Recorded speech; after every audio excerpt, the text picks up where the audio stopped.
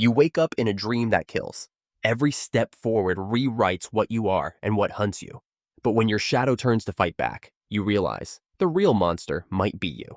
The world around you shifts, the darkness is suffocating, but you're no longer afraid. The nightmare spell has settled into you, and with it comes a new sense of power.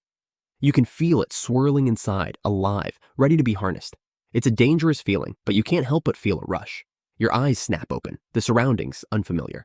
You're lying on the cold, hard ground, but the pain you expect never comes. The spell has already started its work. Your body feels different, stronger, the weight of something new pressing down on you. You sit up, the world spinning briefly, but your senses clear as quickly as they clouded. The shadows around you seem to watch, waiting for something. The tension in the air is thick, heavy, as if every corner of this new world holds a secret, a danger, a trial.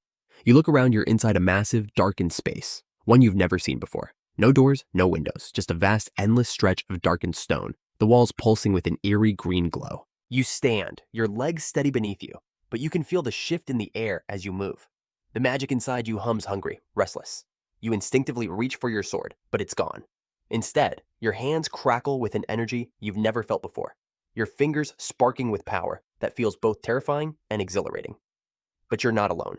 From the shadows ahead, figures begin to emerge. They move quickly, too quickly, their forms flickering like ghosts, fading and reappearing at will. They are not human. You can feel it in the air. Their presence is more like a shadow than a body. The first figure stops in front of you, its face obscured by a dark hood, its voice low and menacing. So, you finally awakened. You can hear the mocking tone in its voice, but there's no time to think. You raise your hands, magic surging through you, your body instinctively pushing the power outward. A burst of energy blasts from your palms, crashing into the figure with a force that shakes the walls. It stumbles backward, but there's no fear in its eyes, only a strange amusement. Impressive, it says, its voice colder now, its presence growing stronger. But you're not ready, not yet. The figure steps closer, and with it, the darkness presses in. Your heart pounds in your chest as you realize this is just the beginning. The nightmare has only just begun, and you have no idea how deep the shadows run. You tighten your fists, feeling the raw power inside you. You will not be consumed. Not like the others. You have to survive. You have to master it. You take a deep breath, trying to steady the chaos swirling inside you. The magic hums beneath your skin, and for a moment, it feels like it's trying to take over. Your heart races, but you can't let it. Not yet. The figures in the shadows move closer, their glowing eyes fixed on you. You feel their presence pressing in, and it's not just their physical form, it's the magic that hangs in the air, suffocating, threatening to pull you under. You can't give in, not now. One of them steps forward, its form solidifying into a grotesque shape. The creature's face is a twisted parody of a human's, its eyes glowing with the same green fire you felt earlier. It speaks, its voice low and guttural. You think you can control it? The creature's laugh is like a dagger, cold and mocking. You're just like the others, weak. And in the end, you'll fall, just like they did. The words hit harder than you expect. Your hands tremble slightly, and for a moment, you doubt yourself. Can I really control this power? But then, you remember why you're here. You have to control it. You won't let this magic take over, you'll bend it to your will. With a deep breath, you summon the power within you. The energy surges, filling your chest with heat. You push it forward, feeling it crackle in the air as your palms glow with raw energy. You focus all your thoughts into one single point, your will. The magic answers. You throw your hands forward, sending a blast of energy at the creature. It staggers back, the force of your attack shaking the ground beneath you. The creature hisses, its body shifting, merging back into the shadows. But it's not enough. More are coming. The air around you shifts, and before you can react, another figure lunges from the darkness. Its movements are too quick, too fluid. You barely manage to block its strike with your magic, but the force sends you stumbling backward. No time to hesitate. You tighten your grip on the magic, pulling it back under control. You summon the power again, this time sharper, more focused. The creature slashes, but you're ready. You sidestep, raising your hand to unleash a concentrated burst. The magic roars. The air around you distorting with energy, and with a final push, you send the creature flying into the cavern wall. It crashes to the ground, motionless. Breathing heavily, you stand tall, feeling the magic still humming beneath your skin, waiting to be used. You've won this round, but the creatures are far from gone, and you have no idea what's waiting in the next trial. The ground shakes beneath you, and the air grows thick with energy. Your senses are on high alert, but it's not enough. The darkness around you isn't just a physical barrier, it's something deeper. Something that tries to bend reality itself. You take another step forward and the ground beneath you splits. The floor cracks open with a loud, deafening sound, and you feel the tremors run up your legs, threatening to knock you off balance. You jump back, just as the earth gives way beneath your feet. The path ahead is no longer clear. The magic in the air warps, twisting reality around you. The very walls of the academy seem to breathe, shifting with the pulse of the energy inside you. This is no longer just about strength, it's about survival. You hear a low rumble in the distance. Something huge is coming. You think you can survive this? The voice is familiar, too familiar. It's the same voice from before, taunting you, testing you. You try to ignore it, but the words reverberate in your mind. You think you're in control. This power isn't yours, it's mine. The walls tremble, and you realize this isn't just a trial. This is a test of your very will. The power inside you isn't just something to control. It's a force that will bend and break you if you don't remain strong. You take a deep breath, centering yourself. You have to survive this, and to do that, you'll need to control the magic, not just use it. You need to bend it, break it to your will, and force it to obey. A shadow looms over you, and you turn, barely in time to see a massive creature, its body made of swirling dark energy, lunging toward you.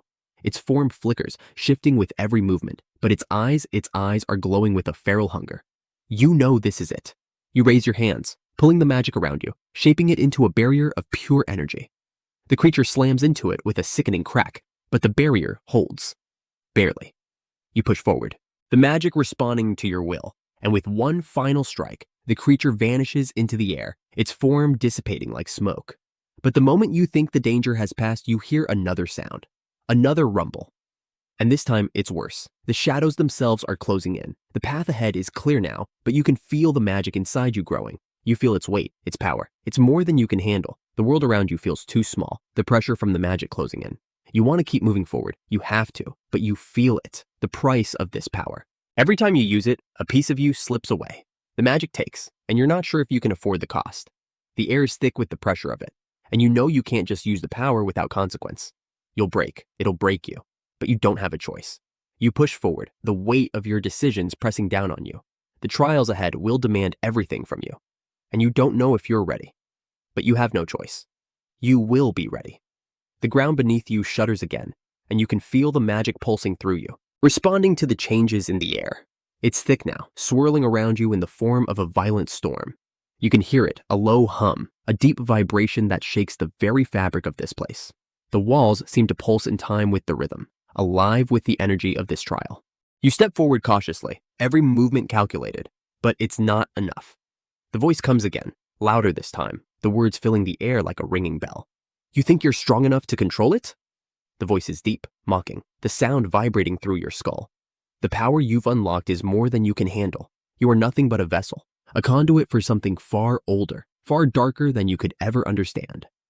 You grit your teeth, trying to block it out, but it's impossible.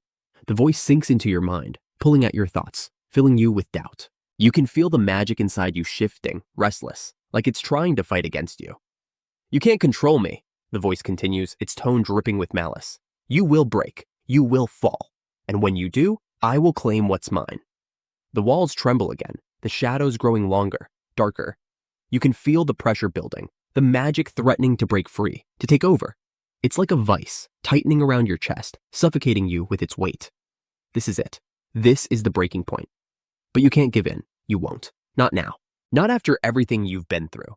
You reach for the power inside you, your hands trembling as you call it forth. The magic surges, and you pull at it, drawing it into yourself. The power is chaotic, wild, but you force it into submission, bending it to your will. You can feel it, pushing against you, testing your strength, but you hold firm. You are in control. No, you growl under your breath. I am in control. You push forward, stepping into the swirling mass of energy, and the magic responds, coiling around you like a snake. You feel the tension in the air snap, and with it, the pressure eases just slightly. The voice fades, its mocking laughter dying down as the magic inside you settles. But you know this isn't over. The trial has only just begun, and you've only scratched the surface of what's to come. The magic pulses within you, an almost living thing, breathing with every step you take. The air is thick with the power that surrounds you, every crack and crevice in the world seeming to vibrate with energy. You can feel it in your bones, gnawing at you, testing your resolve. Every step feels like a battle to stay grounded, to stay in control. You've come this far, but the journey is far from over. You can hear the whispers in the back of your mind, taunting, testing your every thought. They speak of power, of destruction, of a future where you're nothing but a puppet to the force inside you. But you won't let them win. You're weak, the whispers hiss. You cannot control this power. It will break you, just like all the others before you. Your hands shake, but you keep moving, focusing all your energy on the power coursing through your body. The voices rise, growing louder, but you can't let them distract you. You've already faced down monsters, enemies, and trials that pushed you to your limits. This is just another test, another obstacle. You stop in your tracks, closing your eyes for a moment to center yourself. The whispers fade slightly, but the pressure builds. Your heart pounds in your chest, the magic surging within you, threatening to tear you apart. You can feel the strain on your mind, the weight of the choice you have to make. Can you keep it together? Can you control this power? You raise your hands, feeling the magic swirl around you, crackling with potential. It's like a storm, swirling in the air, ready to break free. And you can feel it. It's ready to be controlled. You just have to believe. You focus on it, pushing all your will into the magic, shaping it with your thoughts. The energy pulses outward, swirling around you like a wave, crashing against the shadows that creep ever closer. But you stand firm, your power rising, and you send a blast of energy toward the darkness. The ground shakes again, but this time it's not because of the power you've unleashed. It's because you've conquered it, bent it to your will. You can feel it, like the calm after the storm. The whispers fade completely, leaving only silence in their wake. You stand victorious, but you know this isn't over. There are more trials to face, more darkness to push back, and more power to master.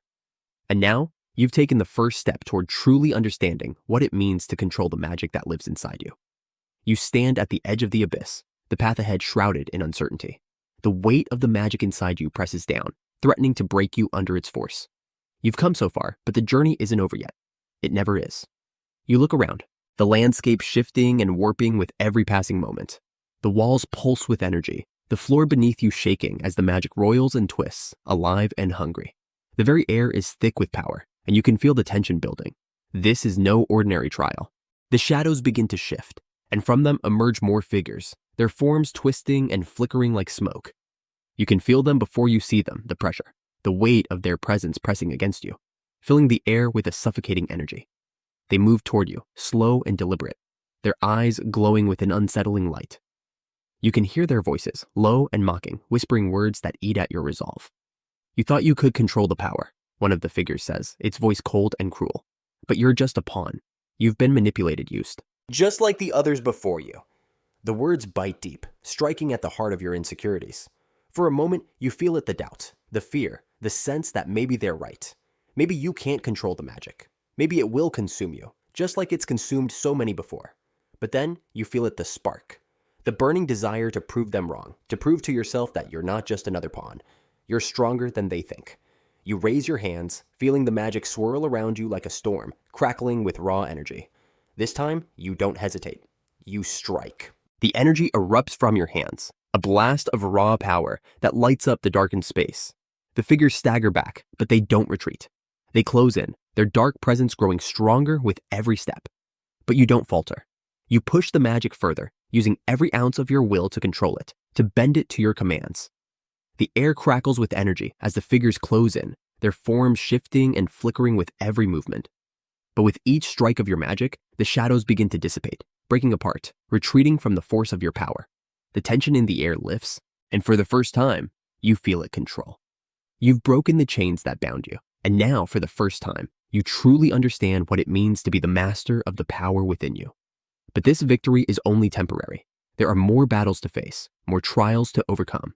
And the true test is still ahead. The ground beneath you trembles once again, and you feel it, the pull of something deeper, something darker.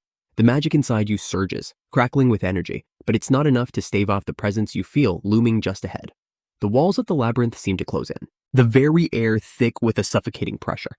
Every step you take is heavier, every breath labored as you try to stay focused. You look ahead, eyes scanning the shifting shadows, and you know you're being hunted.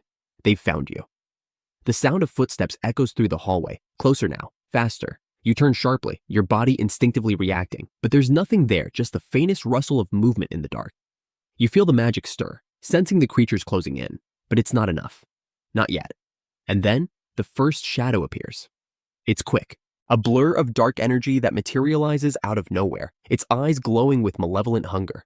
You can feel it, the energy radiating off it. This thing feeds on the power you've unlocked. It moves faster than you can track, slithering through the air like smoke. You reach for your sword, but it's gone. Instead, the magic swells within you, boiling to the surface. You push it forward, shaping the energy into a shield. But it's not enough to stop the creature's onslaught. The air is thick with its presence, its form flickering with every movement. It lunges at you, its claws slashing through the air, but you dodge, rolling to the side. The magic inside you surges again, and you force the power out, sending a blast of energy toward the creature. It staggers, but it doesn't fall. It's stronger than you expected. You push harder, gathering all the magic you can, focusing on the creature's form. The energy crackles as you release it in a wave, knocking the creature backward. For a moment, it seems to hesitate, its body flickering in and out of existence. Then, with a hiss, it vanishes again into the shadows. But you know it's not over. You can feel the others coming. They're everywhere, lurking in the darkness, waiting for you to slip up. The chase isn't just physical, it's a test of your resolve, your will to survive. The walls around you shift again, and the path ahead opens up, revealing a large chamber. The magic inside you hums, urging you forward, but you know you can't keep running forever. The real trial is coming. You stand in the center of the chamber, the weight of everything that's happened pressing down on you. The magic within you roils, restless and hungry. You can feel its power, its pull, urging you to use it, to unleash everything you've learned. But you also feel the cost. The price you've paid for this power, for all that you've done, is greater than you thought. The shadows seem to close in again, but this time you don't feel fear. You feel clarity. The magic, the power, is yours to control, not just to survive, but to use for something greater. The trials have pushed you to your limits, but in this moment, you know you are more than the power inside you. You've learned its language. You've bent it to your will. But the cost of the cost is rising. The creatures that have been chasing you are nothing but the beginning. The true test lies ahead. The final trial is not just about surviving the creatures or the magic. It's about mastering your own fate. A figure steps from the shadows. It's not a creature. It's a person. But their face is obscured by a dark hood. They don't move, just stand there, watching you, their presence heavy in the air. You've come far, the figure says, their voice low and filled with both respect and warning. But you haven't mastered the greatest trial yet. You don't speak, your mind racing. The figure's words cut through the air like a blade, and you can feel them testing you. But you won't back down. What's the trial?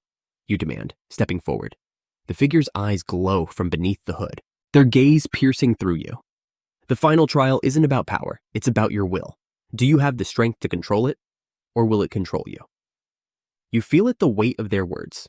It's more than a question, it's the final test. You've come this far, you've unlocked powers that most couldn't even imagine. But now, the ultimate question remains. Do you control it, or will you be consumed? The chamber around you is silent, save for the soft crackling of the magic swirling through the air. The figure stands motionless, the tension between you palpable, like the calm before a storm. The question hangs in the air, unanswered, and the weight of it presses down on you like 1,000 tons. Control it, or be consumed. The words echo in your mind, the full implications of them sinking deeper than you want to admit. The magic inside you feels alive, hungry, demanding more with every beat of your heart. You can feel its pull, but you won't let it win. Not this time, not after everything you've been through. The figure's eyes lock with yours, glowing with an unsettling intensity. The air around you seems to shift, the power in the room dancing with the energy inside you. The creature or whatever it is doesn't speak again, but the silence is heavy, like the calm before a final, inevitable clash. I won't let it control me, you say, your voice low but filled with resolve. I will control it. For a moment, the figure doesn't move. Then, with a swift motion, they raise their hand, and the very air around you seems to scream in response. The ground trembles as a violent wind rips through the chamber, sending debris flying through the air. The magic erupts, swirling around you in a violent storm of energy. You stand your ground, focusing on the magic inside you, feeling it surge with a power, wanting to burst free. The air around you crackles with intensity, the walls shaking as the battle for control begins. But then, a shift. The wind subsides, the chamber growing eerily still. The figure's voice breaks the silence, cold and final. You have chosen, but remember, every choice has a cost. The room starts to fade, the walls crumbling, the air warping as if the very space itself is fading away.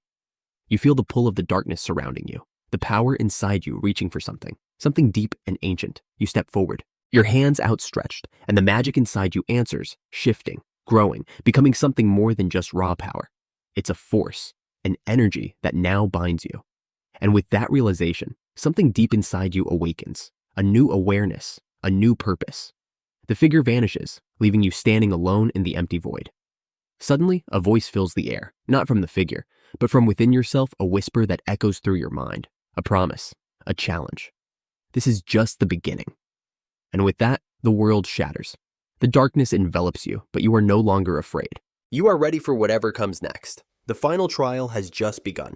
And you know now the true battle is not just against the forces around you, but against the power inside you, and you will rise. The darkness surrounds you, but it no longer controls you.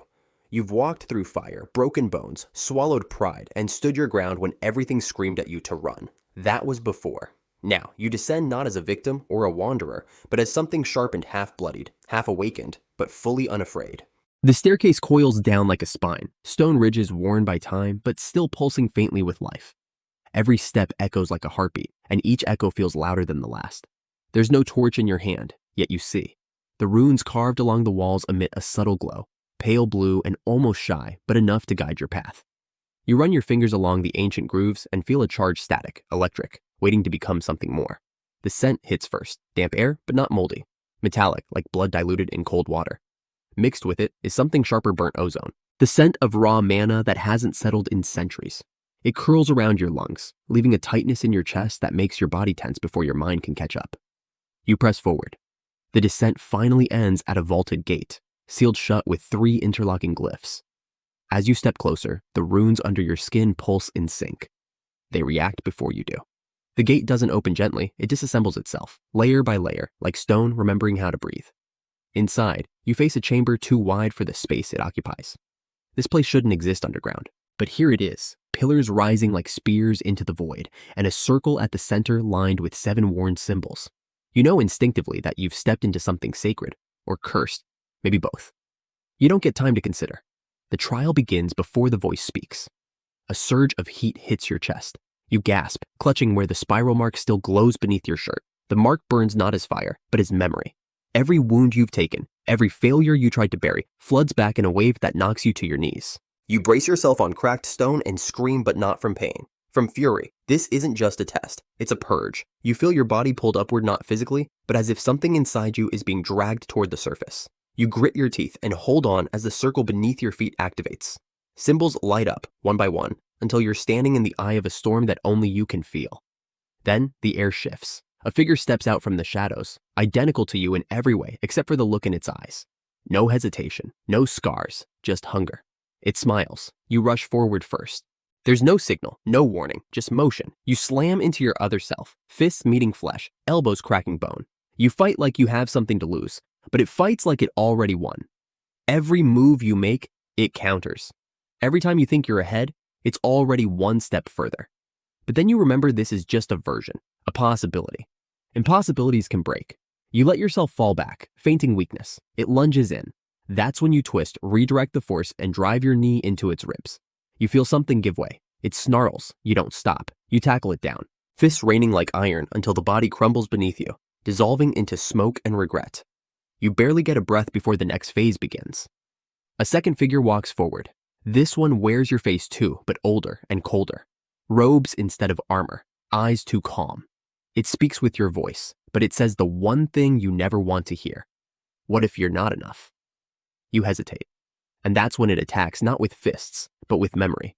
Images rip through you, your sister crying when you left, your mother's still face at the funeral, the moment your father turned his back. It throws them at you like weapons. You stagger, heart clenching, not from injury, but shame. You breathe deep. You center yourself. You don't run from your past. You use it. With a roar, you ignite the energy coiled in your limbs. Your mark flares and you rush forward. Your other self blocks, deflects, counters, but this time you're not pulling back. You're not afraid of who you were. You twist the blast, slam it into its chest, and feel the illusion fracture. Glass shatters, light spills everywhere. When it fades, you're alone again, but different. The stone beneath your feet rises, lifting you slowly from the chamber like an offering. You're not the same person who walked in. Something inside you has cracked open, and from the fracture, something else has begun to rise. At the top of the platform, a gate opens without touch. Ahead lies another tunnel, not descending. This one climbs, and so do you. Your trial isn't over. It's just beginning. You step into the tunnel, each footfall a declaration. The mark on your chest still glows, no longer burning but pulsing steady like a second heartbeat. The passage is narrower here, carved from black stone, smooth and angled like it was sculpted by a blade instead of by time. You're moving upward, but there's no light from above. Just a soft gleam of runes embedded in the walls, symbols you don't recognize, but that feel familiar. They flicker when you pass, reacting to something in your blood. The air changes again, thinner, drier. The scent of iron fades, replaced by something sharper. Ozone, static, the warning scent before lightning strikes. You emerge into a high chamber shaped like a crescent. The walls are lined with tall, thin mirrors, each reflecting a distorted image of you. Some are too tall, some too wide, some missing features altogether. You move toward the center, where a dais floats inches above the floor, tethered to the ground by 3 beams of light. The voice returns, not from above, but from inside your skull. The path forward will cost you. You step onto the dais without hesitation. The chamber reacts. The mirrors ripple. Figures step through not twisted reflections this time, but memories given form. Your father, silent, distant. Your sister, afraid, angry. Yourself, younger, smaller, powerless. They don't speak. They just watch. You look away, but they follow your gaze. This isn't a battle of fists or fire. It's a confrontation of truth. One by one, the figures fade. The light beams retract. The dais descends. And you descend with it into another room. This one is colder. At its center stands a pedestal, holding a sealed urn carved with the same spiral that burns on your chest. Around it, statues 12 in all, faceless but positioned like sentinels. Each holds a weapon sword, bow, spear, chain, none match, none repeat.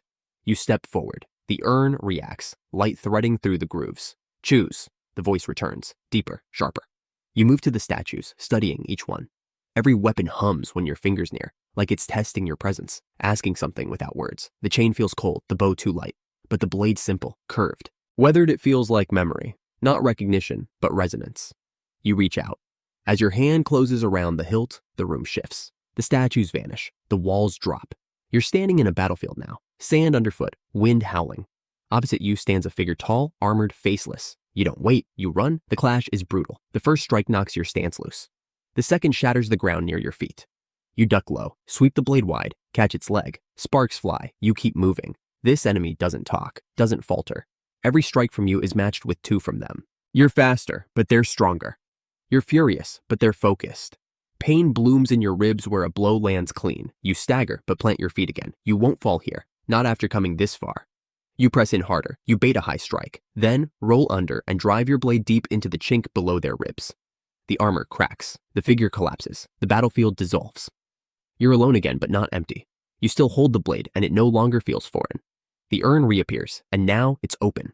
From it rises a sphere of silver light. It floats to you, then sinks into your chest, no resistance, no pain, just heat and understanding. You've been given something, a fragment, a key, or a curse. You don't know yet which. The chamber darkens and a single path opens forward. You walk it without looking back, because behind you lies the part of yourself that doubted. And ahead, that's where the power waits. The corridor narrows again, forcing you to lower your head as stone presses from all sides.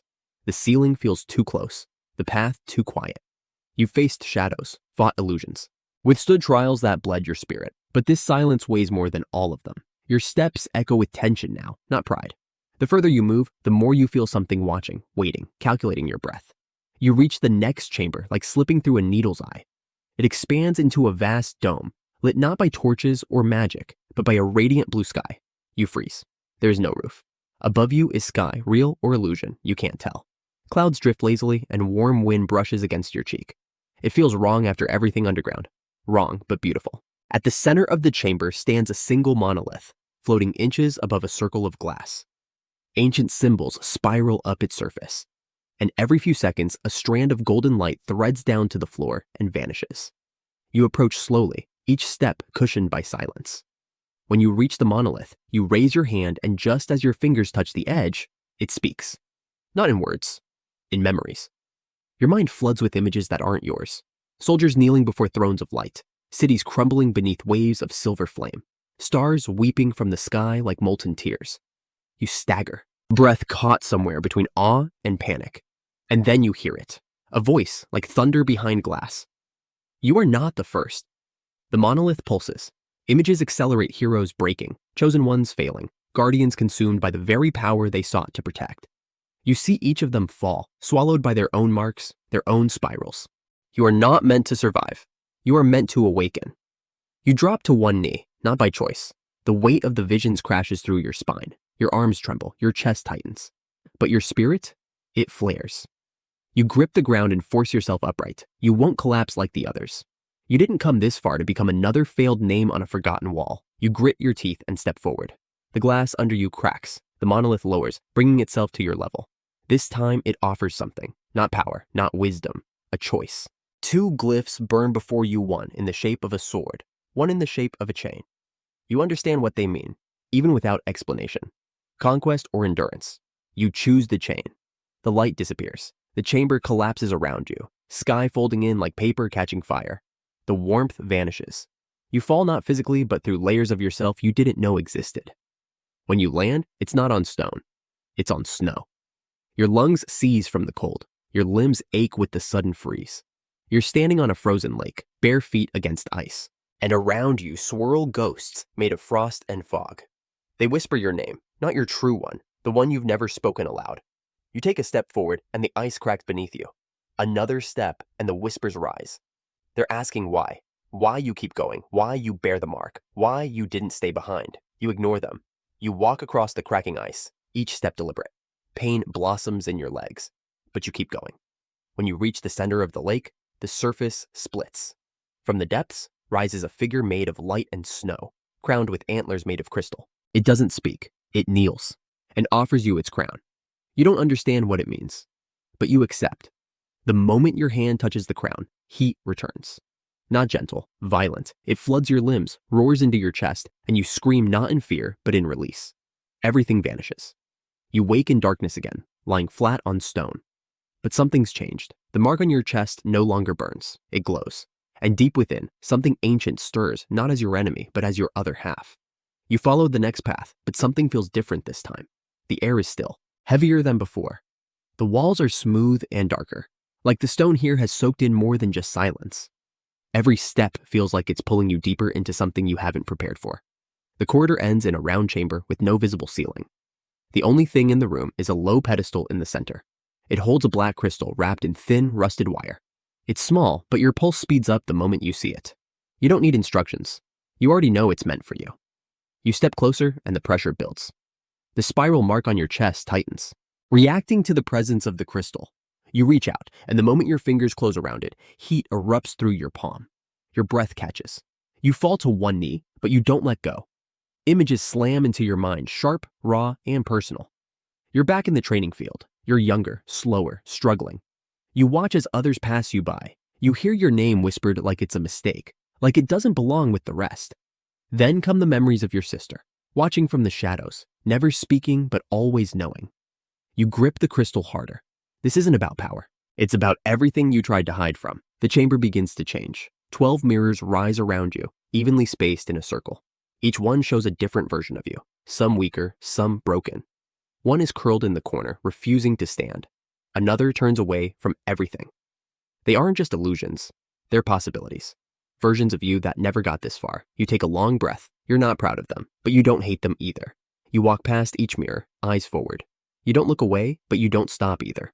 When you reach the center of the room, the crystal dissolves into dust in your hand. It's gone, but the pain in your palm remains. Something else has taken its place. A new mark, uneven, jagged, and deep burns just below the original spiral. You stare at it. It doesn't feel like a gift. It feels like something you'll have to keep in check. It's power, but it's not stable, and it's not asking for your permission. The room darkens again, and a dull hum builds around you. A wall in front of you lights up. Dozens of moving glyphs swirl across its surface, but they're unstable. Glitches run through the symbols, flickering in and out like broken code. The mark on your chest begins to glow again, this time in conflict. You step forward and press your palm against the center glyph. It hits you like a wave. Your whole body locks up. Your vision pulses black and white. The two marks are fighting inside you, pulling your focus in opposite directions. One wants to control. The other wants to break free. You grit your teeth. Your legs shake. For a second, you feel like you're losing grip on everything. Then the struggle slows. Not because one side wins, but because they begin to settle. They don't agree, but they stop fighting. They balance just enough for you to breathe again. The light fades. The wall goes still. Your hand drops to your side, numb and cold. You take a step back, expecting the next door to open. It doesn't. Instead, the ceiling above shifts, and a narrow staircase begins to lower. The steps spiral upward into a thin column of light. No voice tells you what's coming. No vision warns you what's next. You just know it's time to move. So you start climbing, with your heart still pounding and your balance not fully restored. And as you rise, you can't ignore the new feeling in your chest. Not fear, something more dangerous. Power without control. You step off the final stair and find yourself in a familiar corridor. The polished stone floors reflect the light of glowing sconces along the walls. There's no sign of dust or decay, no shadows creeping along the edges. This part of the trial isn't buried in ruins. It looks exactly like the upper levels of the academy. But something's wrong. It's too quiet. There are no footsteps echoing through the halls. No muffled voices behind closed doors. You walk slowly, the sound of your own breathing the only thing keeping you grounded. Every door you pass tugs at a memory. The lecture hall where you first lost control. The sparring arena where your opponent refused to shake your hand after you won. The corridor where no one spoke to you for days. You reach the trial chamber. The doors are already open, as if they were expecting you. Inside, the arena is wide and circular, surrounded by carved pillars bearing the academy's crest. At the far side stands a single figure, hands folded behind his back, his robes sharp and unwrinkled. You recognize him immediately. He was the first to doubt your worth. The one who said you were carried here on your sister's accomplishments. The one who always made sure your failures were recorded, but your efforts were ignored. He turns when you step in, eyes scanning you like a puzzle. He still expects to collapse under pressure. You've survived the gauntlet, he says. Let's see what you've learned. You walk toward the center ring, the glyphs carved into the floor hum as your boots pass over them. Both of your marks react, the spiral glow steady and controlled, the jagged one pulsing unpredictably, like a heartbeat that's skipped too many beats. He doesn't wait. The moment you reach your position, a wave of compressed force slams toward you. You duck and roll to the side, landing hard but staying on your feet. Your counterattack is immediate, a flicker of energy cast wide across the floor. He blocks it easily, deflecting the blow with a twist of his wrist and a sharp glyph flare under his boots. You still hesitate, he says, stepping forward, still relying on borrowed instincts instead of mastering your own. You don't respond. You tighten your stance, center your weight, and call on both marks. The spiral provides control. The jagged mark lends raw power. Together, they surge through your limbs, unstable but potent. You rush him. He's ready, but so are you. Fists clash with force. Each movement is met with resistance. Every attack met with skill. He counters quickly, but you adjust faster than before. You're not trying to match him anymore. You're overwhelming him with unpredictability. He conjures a chain of defensive glyphs that spiral around his arm, launching them like whips.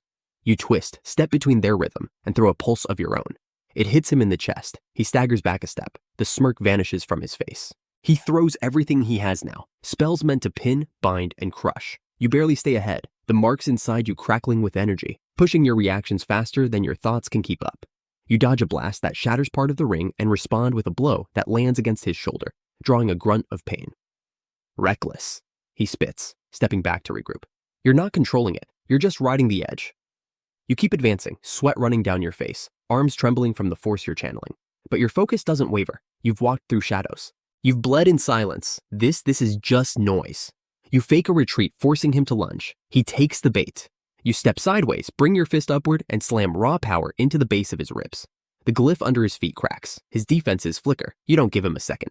You drive a burst of jagged energy straight into his core. It lifts him off the ground and throws him backward. He hits the far wall hard and slumps to the ground. For a moment, he doesn't move. You breathe hard, chest rising and falling as the marks under your skin continue to pulse. They're no longer fighting each other. They're working together barely, but enough. The energy still surges through your body, but this time it listens. He groans and pushes himself up onto one knee. There's no smugness left in his voice. That power. You're not supposed to wield it like that. You wipe the sweat from your brow and keep your distance. You're not sure if the fight is over, but he doesn't get back up. You've become something else, he says, and you'll either survive it or you'll burn out like the rest. You don't wait for more. The far end of the room rumbles, and a section of the wall begins to slide open. Behind it, another passage waits, this one lined in cold steel and faint blue light. You take one last look at the instructor still on his knee. He doesn't try to stop you. He knows it would be pointless. You walk through the opening, and for the first time, You don't feel like you're chasing approval or proving anything to the ghosts of this place. You're walking forward because nothing ahead can possibly be worse than what you've already survived. And now, you're finally ready to take everything they said you couldn't. The staircase coils higher than it should, each step humming faintly beneath your boots. The air grows thinner as you climb, and the walls slowly give way to open sky. By the time you reach the top, the academy is no longer visible below, just endless blue above, and a circular platform suspended in air, ringed by shifting glyphs and lines of light that pulse with a rhythm matching your heartbeat. You step forward cautiously. The stone feels solid, but you can sense the weight of something watching. At the center stands a lone figure in a high-collared cloak, face hidden beneath a bird-like mask. He doesn't speak, doesn't move. Yet you know without question this isn't just another opponent. This is the Watcher, the one they whisper about in unfinished tales, where the strongest challengers either passed or vanished. You stop a few paces from the center, waiting for him to make the first move. He simply raises one hand. The ground fractures beneath you, a ring of pressure blasting outward. You leap sideways just in time, boots scraping stone, body low as the energy shoots past. Before you land fully, another force crashes down, distorting the air and cracking the platform's edge. You channel power instinctively. The spiral mark floods your limbs with clarity, the jagged one surging raw strength through your chest. You twist the magic into a barrier and brace for impact as his next strike slams into it, rattling your bones but failing to break through. He still hasn't spoken. You don't need him to. You charge him with both marks ignited, pushing forward in bursts of controlled chaos. Your footwork holds, barely, as you shift directions mid-sprint and fire off a volley of force shaped like needles. He redirects them with a flick of his wrist, sending the last one careening into the sky. You press in closer. He reacts with precision, meeting your assault with a smooth counter that sends your left arm numb. You pivot and retaliate with a spinning blast aimed at his core. It lands, staggering him slightly, and a visible crack forms on his mask. He recovers quickly, but it's enough. You know now he's not invincible. The battle escalates without warning. He conjures mirages from thin air. You see your sister across the ring, hear her voice calling your name in fear. You hesitate for just a moment before shaking it off, grounding yourself in the heat radiating from your skin and the throb of power beneath it. You let the illusion fade and focus again on the one thing that's real him. You shift into close range, ducking under an arc of compressed energy. The marks inside you pulse in tandem, not in conflict, but in a shaky, uneasy cooperation. You slide across the ground, build momentum, and strike upward with a punch wrapped in pure force.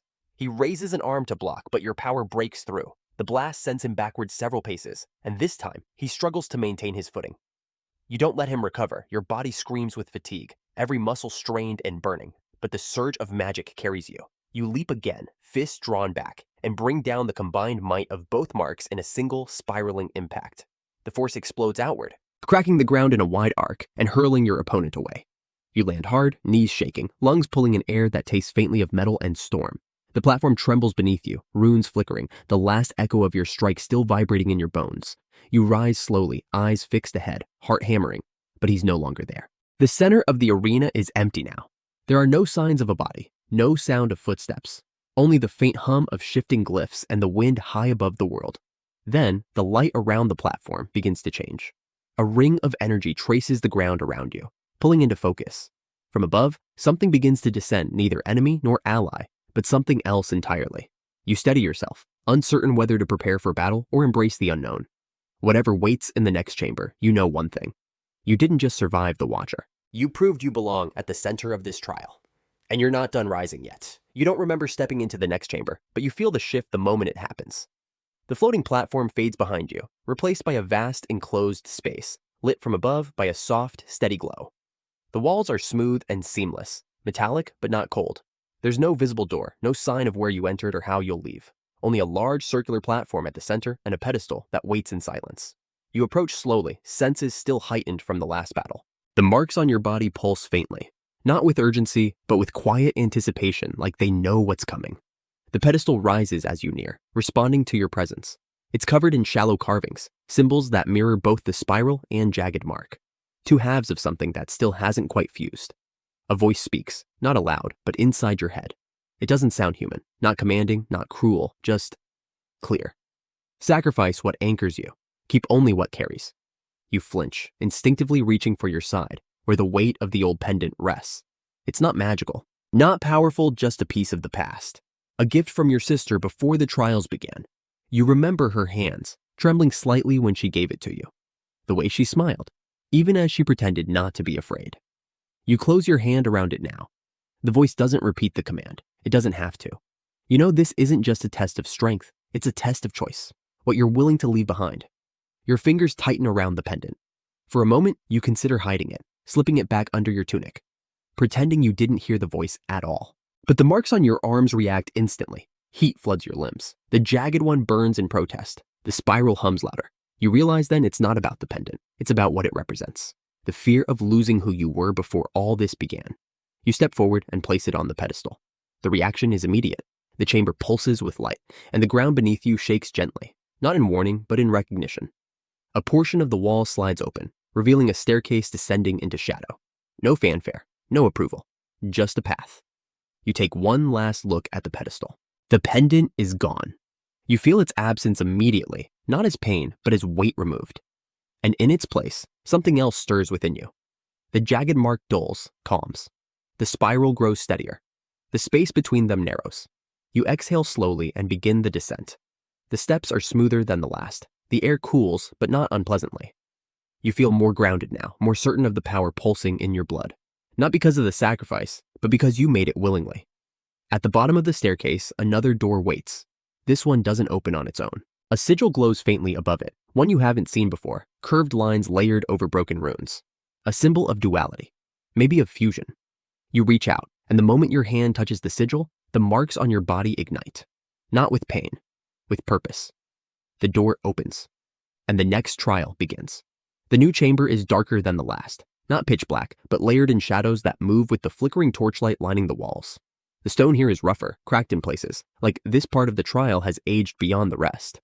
You step in slowly, senses sharpened, every nerve on edge. The door closes behind you with a soft click, cutting off the light from above. All that remains is the orange glow ahead and a deep, steady thrum vibrating through the ground.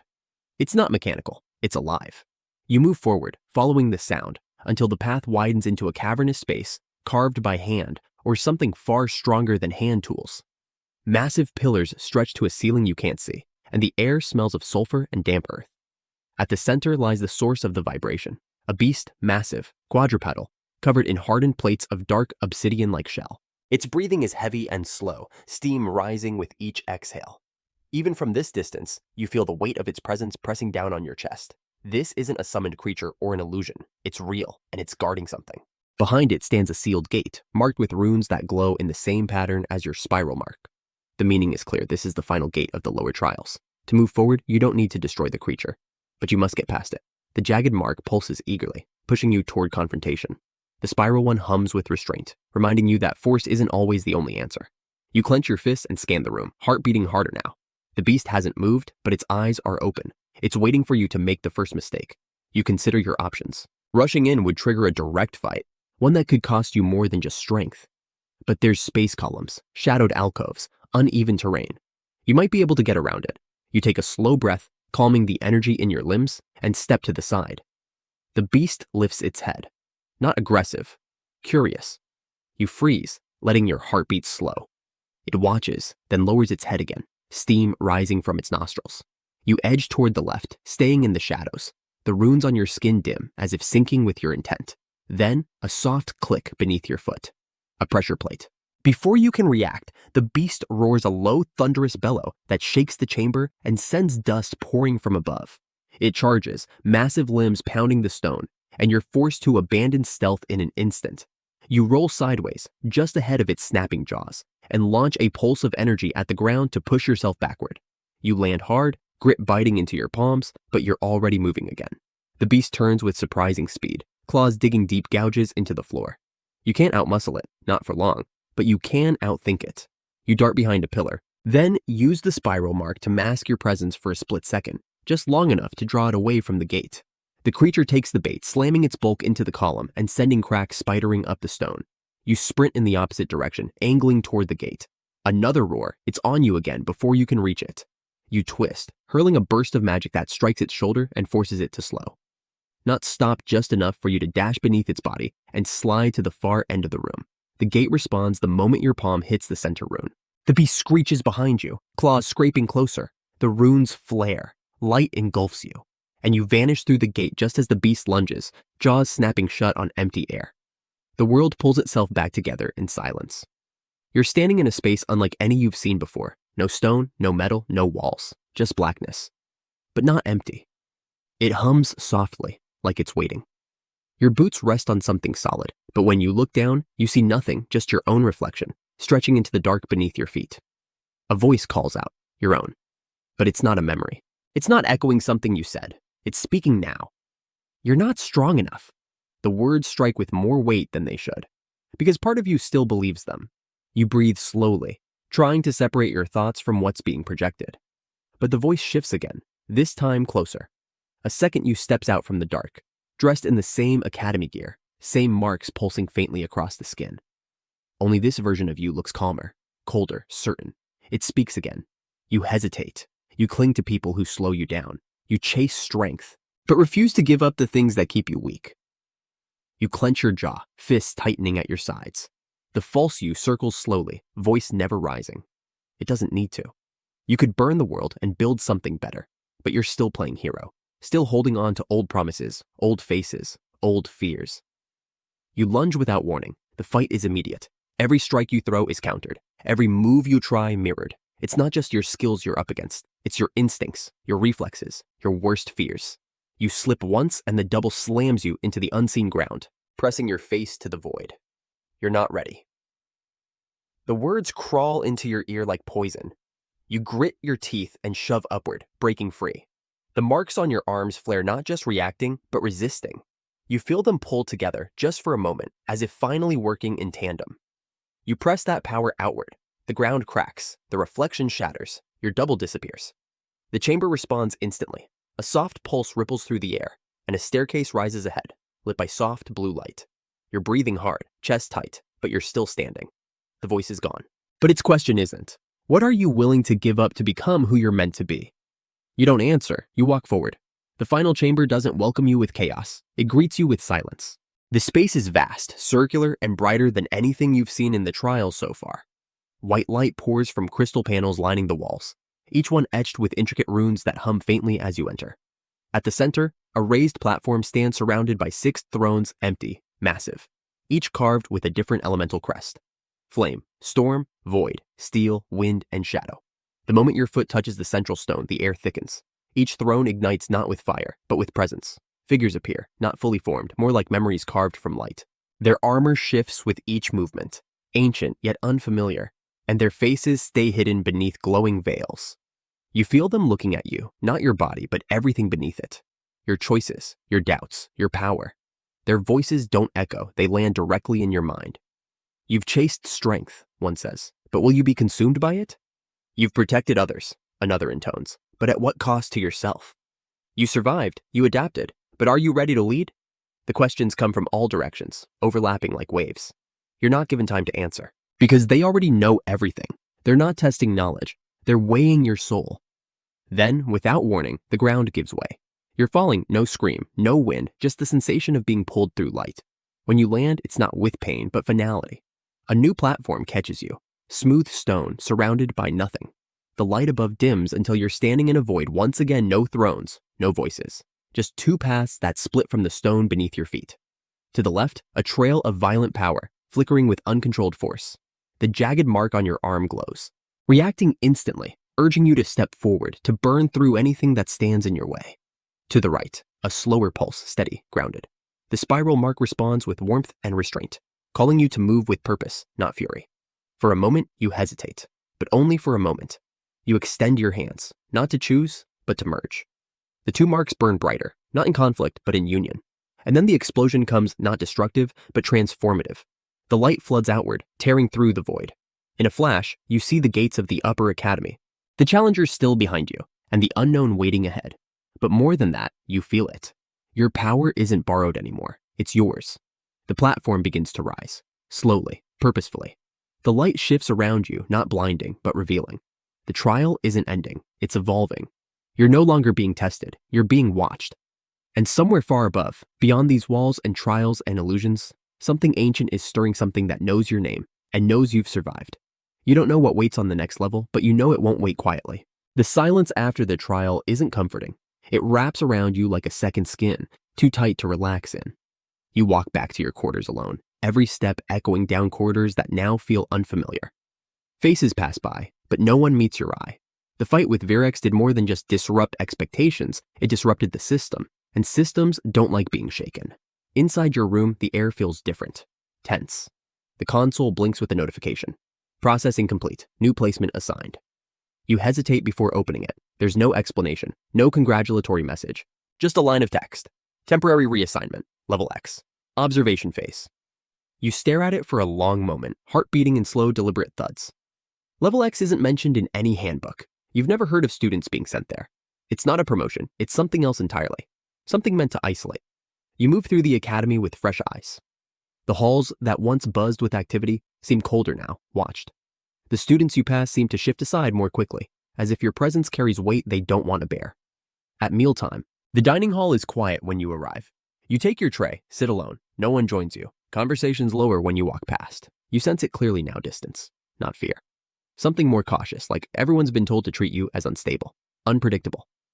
The whispers grow louder when the black-badged messenger arrives. He says nothing, just hands you a new access band and walks off. The message on it reads, authorized corridor access, use immediately. You finish eating, stand up, and walk out. The corridor it leads you to is one you've never noticed before, narrow, metal-lined, dimly lit. You swipe the band. A door slides open, and the temperature drops the second you step inside. This place isn't part of the regular academy structure. It's deeper, older. The air smells faintly metallic, like machinery left running underground for too long. Lights flicker to life as you walk, guiding you down a path that feels less like a hallway and more like a trial. At the end, a chamber opens. No crowd, no instructions. You entered the dream thinking you were just but the shadows inside you thought otherwise. They answered your fear with fire, your desperation with claws. You survived the test not because you were strong, but because you refused to die. Now, the real nightmare begins. Because what hunts you next isn't just a creature. It's the truth about who you really are.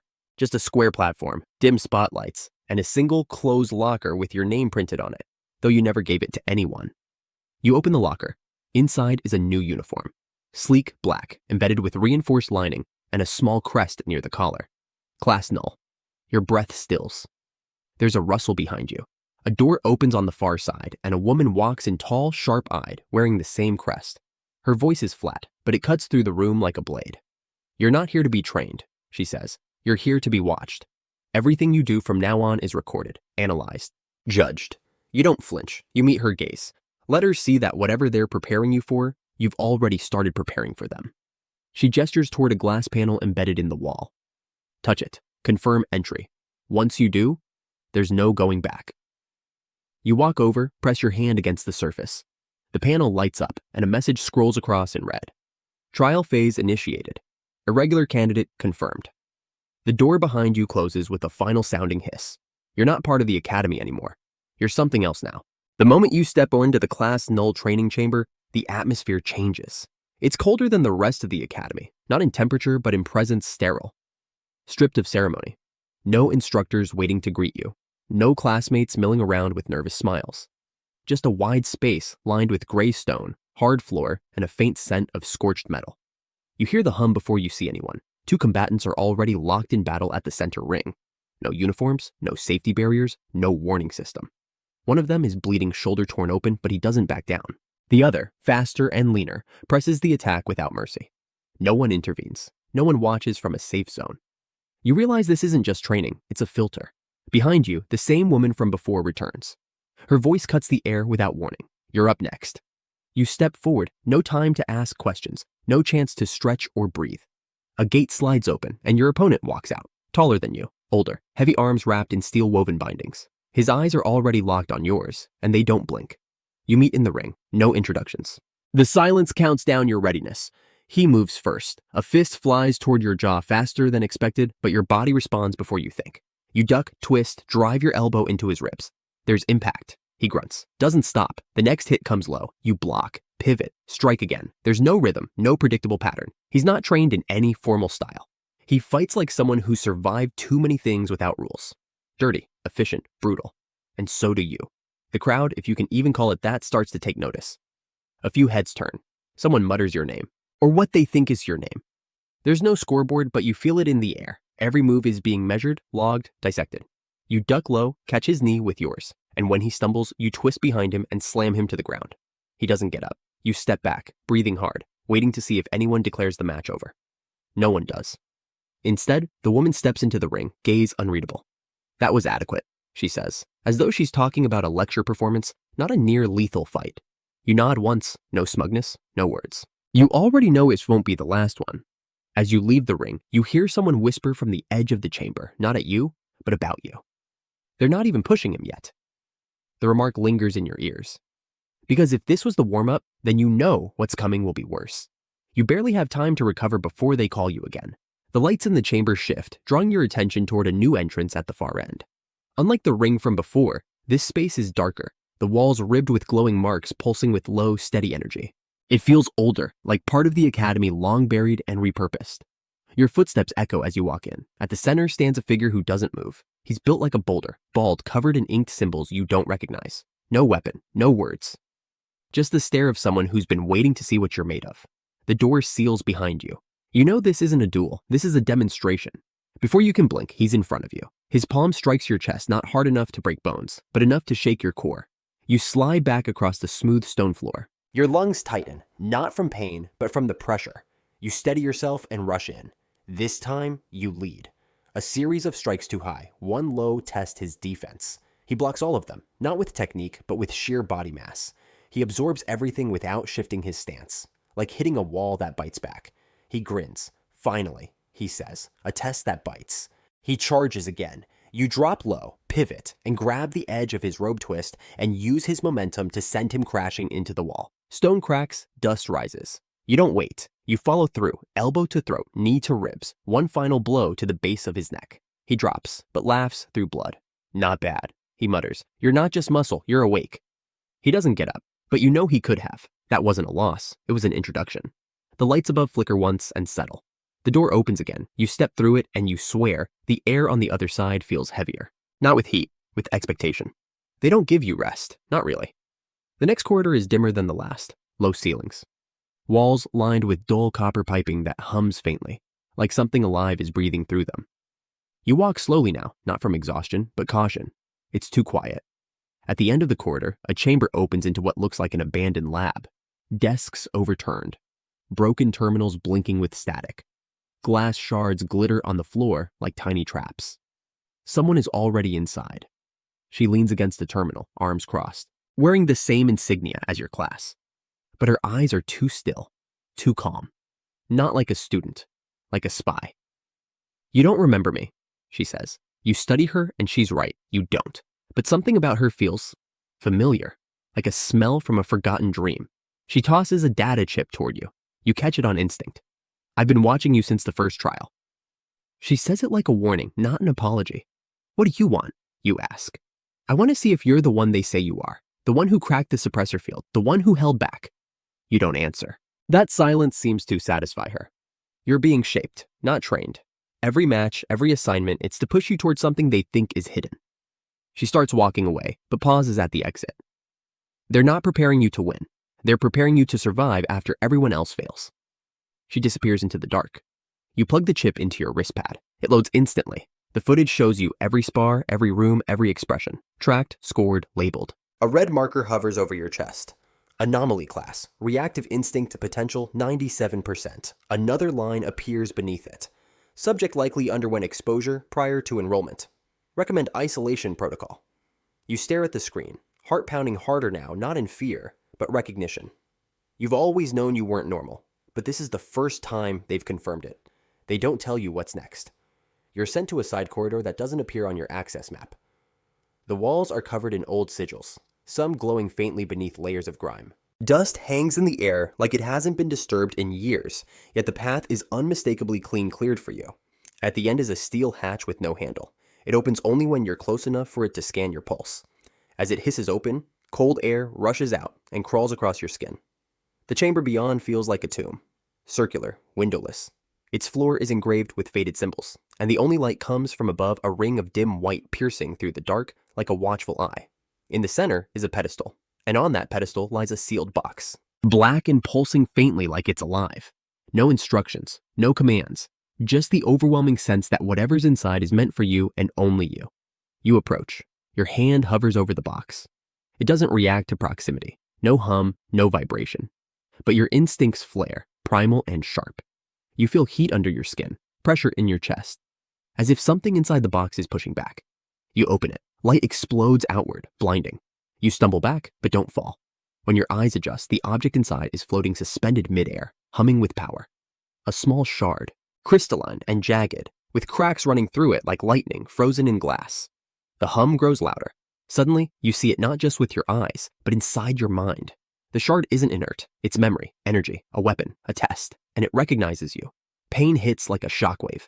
Images rush in fragmented memories not yours. Warfields soaked in violet flame, a voice screaming spells in a tongue you don't know, bodies turning to dust. You grab your head, but the pain doesn't stop. It isn't just vision, it's fusion. The shard fuses into your palm. You drop to your knees, body shaking, veins pulsing with light.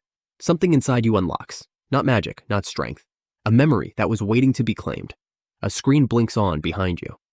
Anomaly sync. 89%. Subject viable. Phase 2, authorized.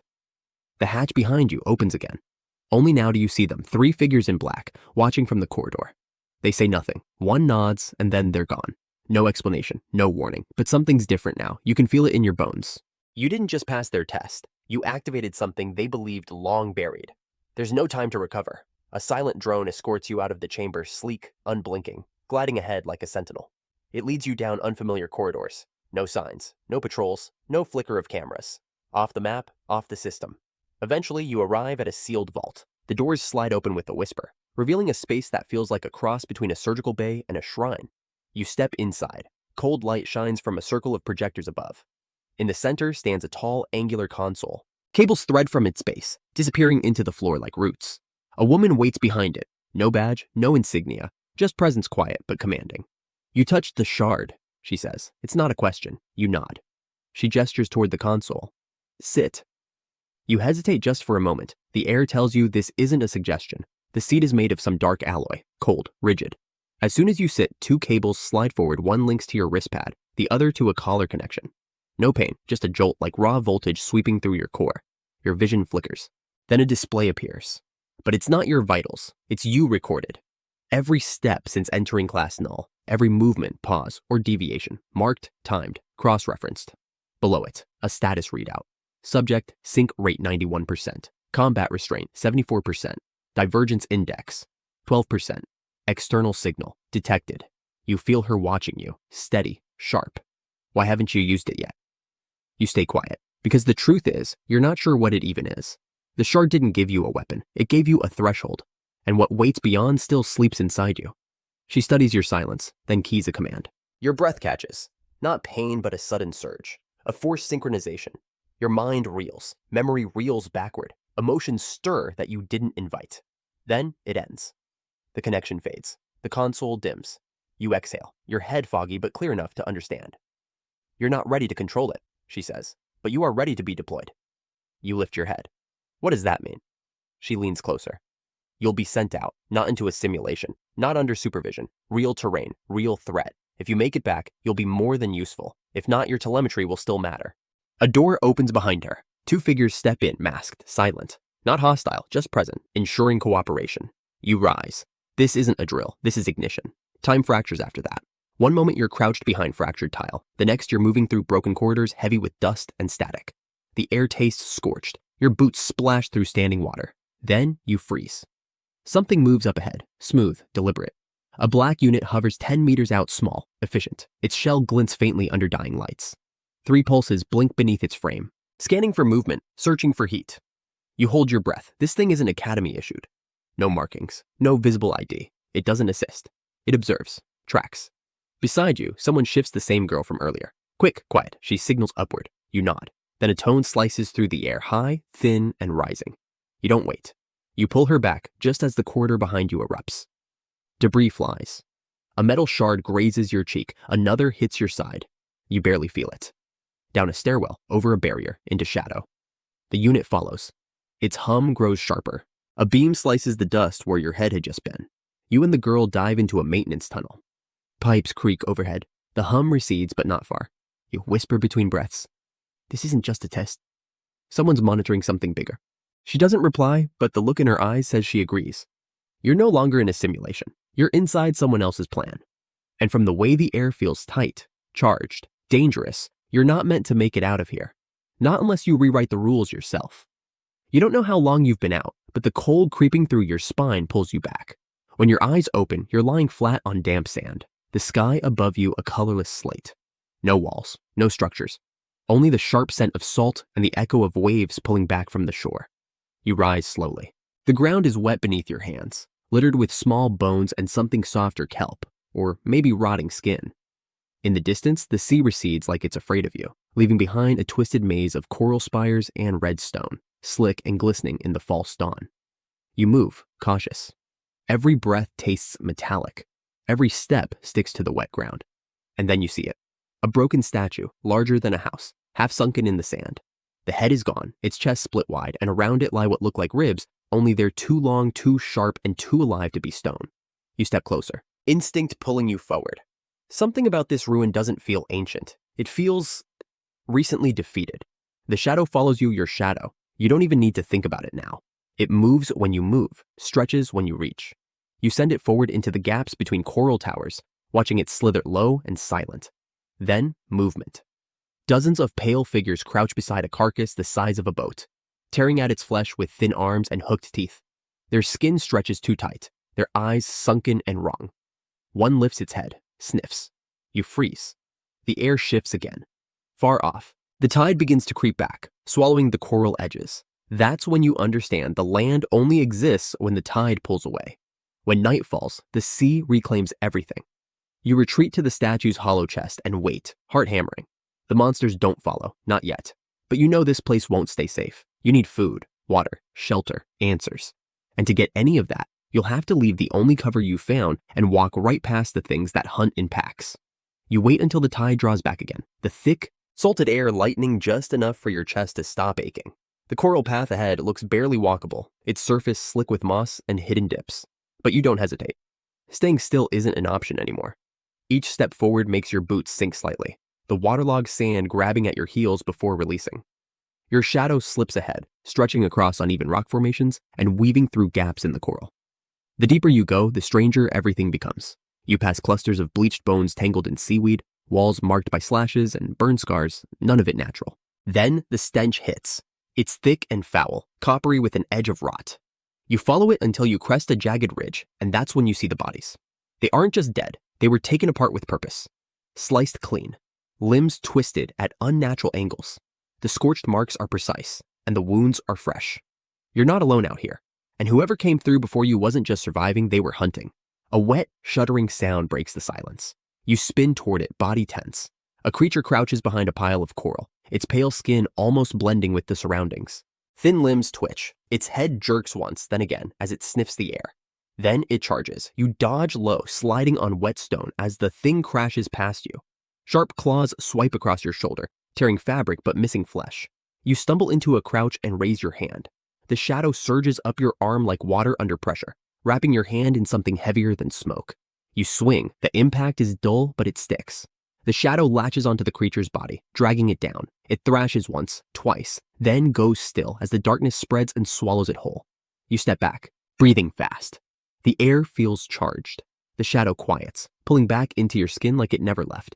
You expected fear, maybe even guilt, but it doesn't come. Instead, your hands are steady.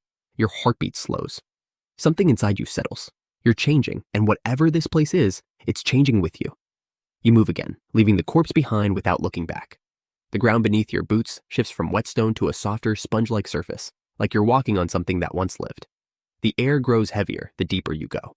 Every breath carries the tang of iron, like the scent of blood never really leaves this place. The coral towers lean in around you, narrowing the path into a jagged corridor.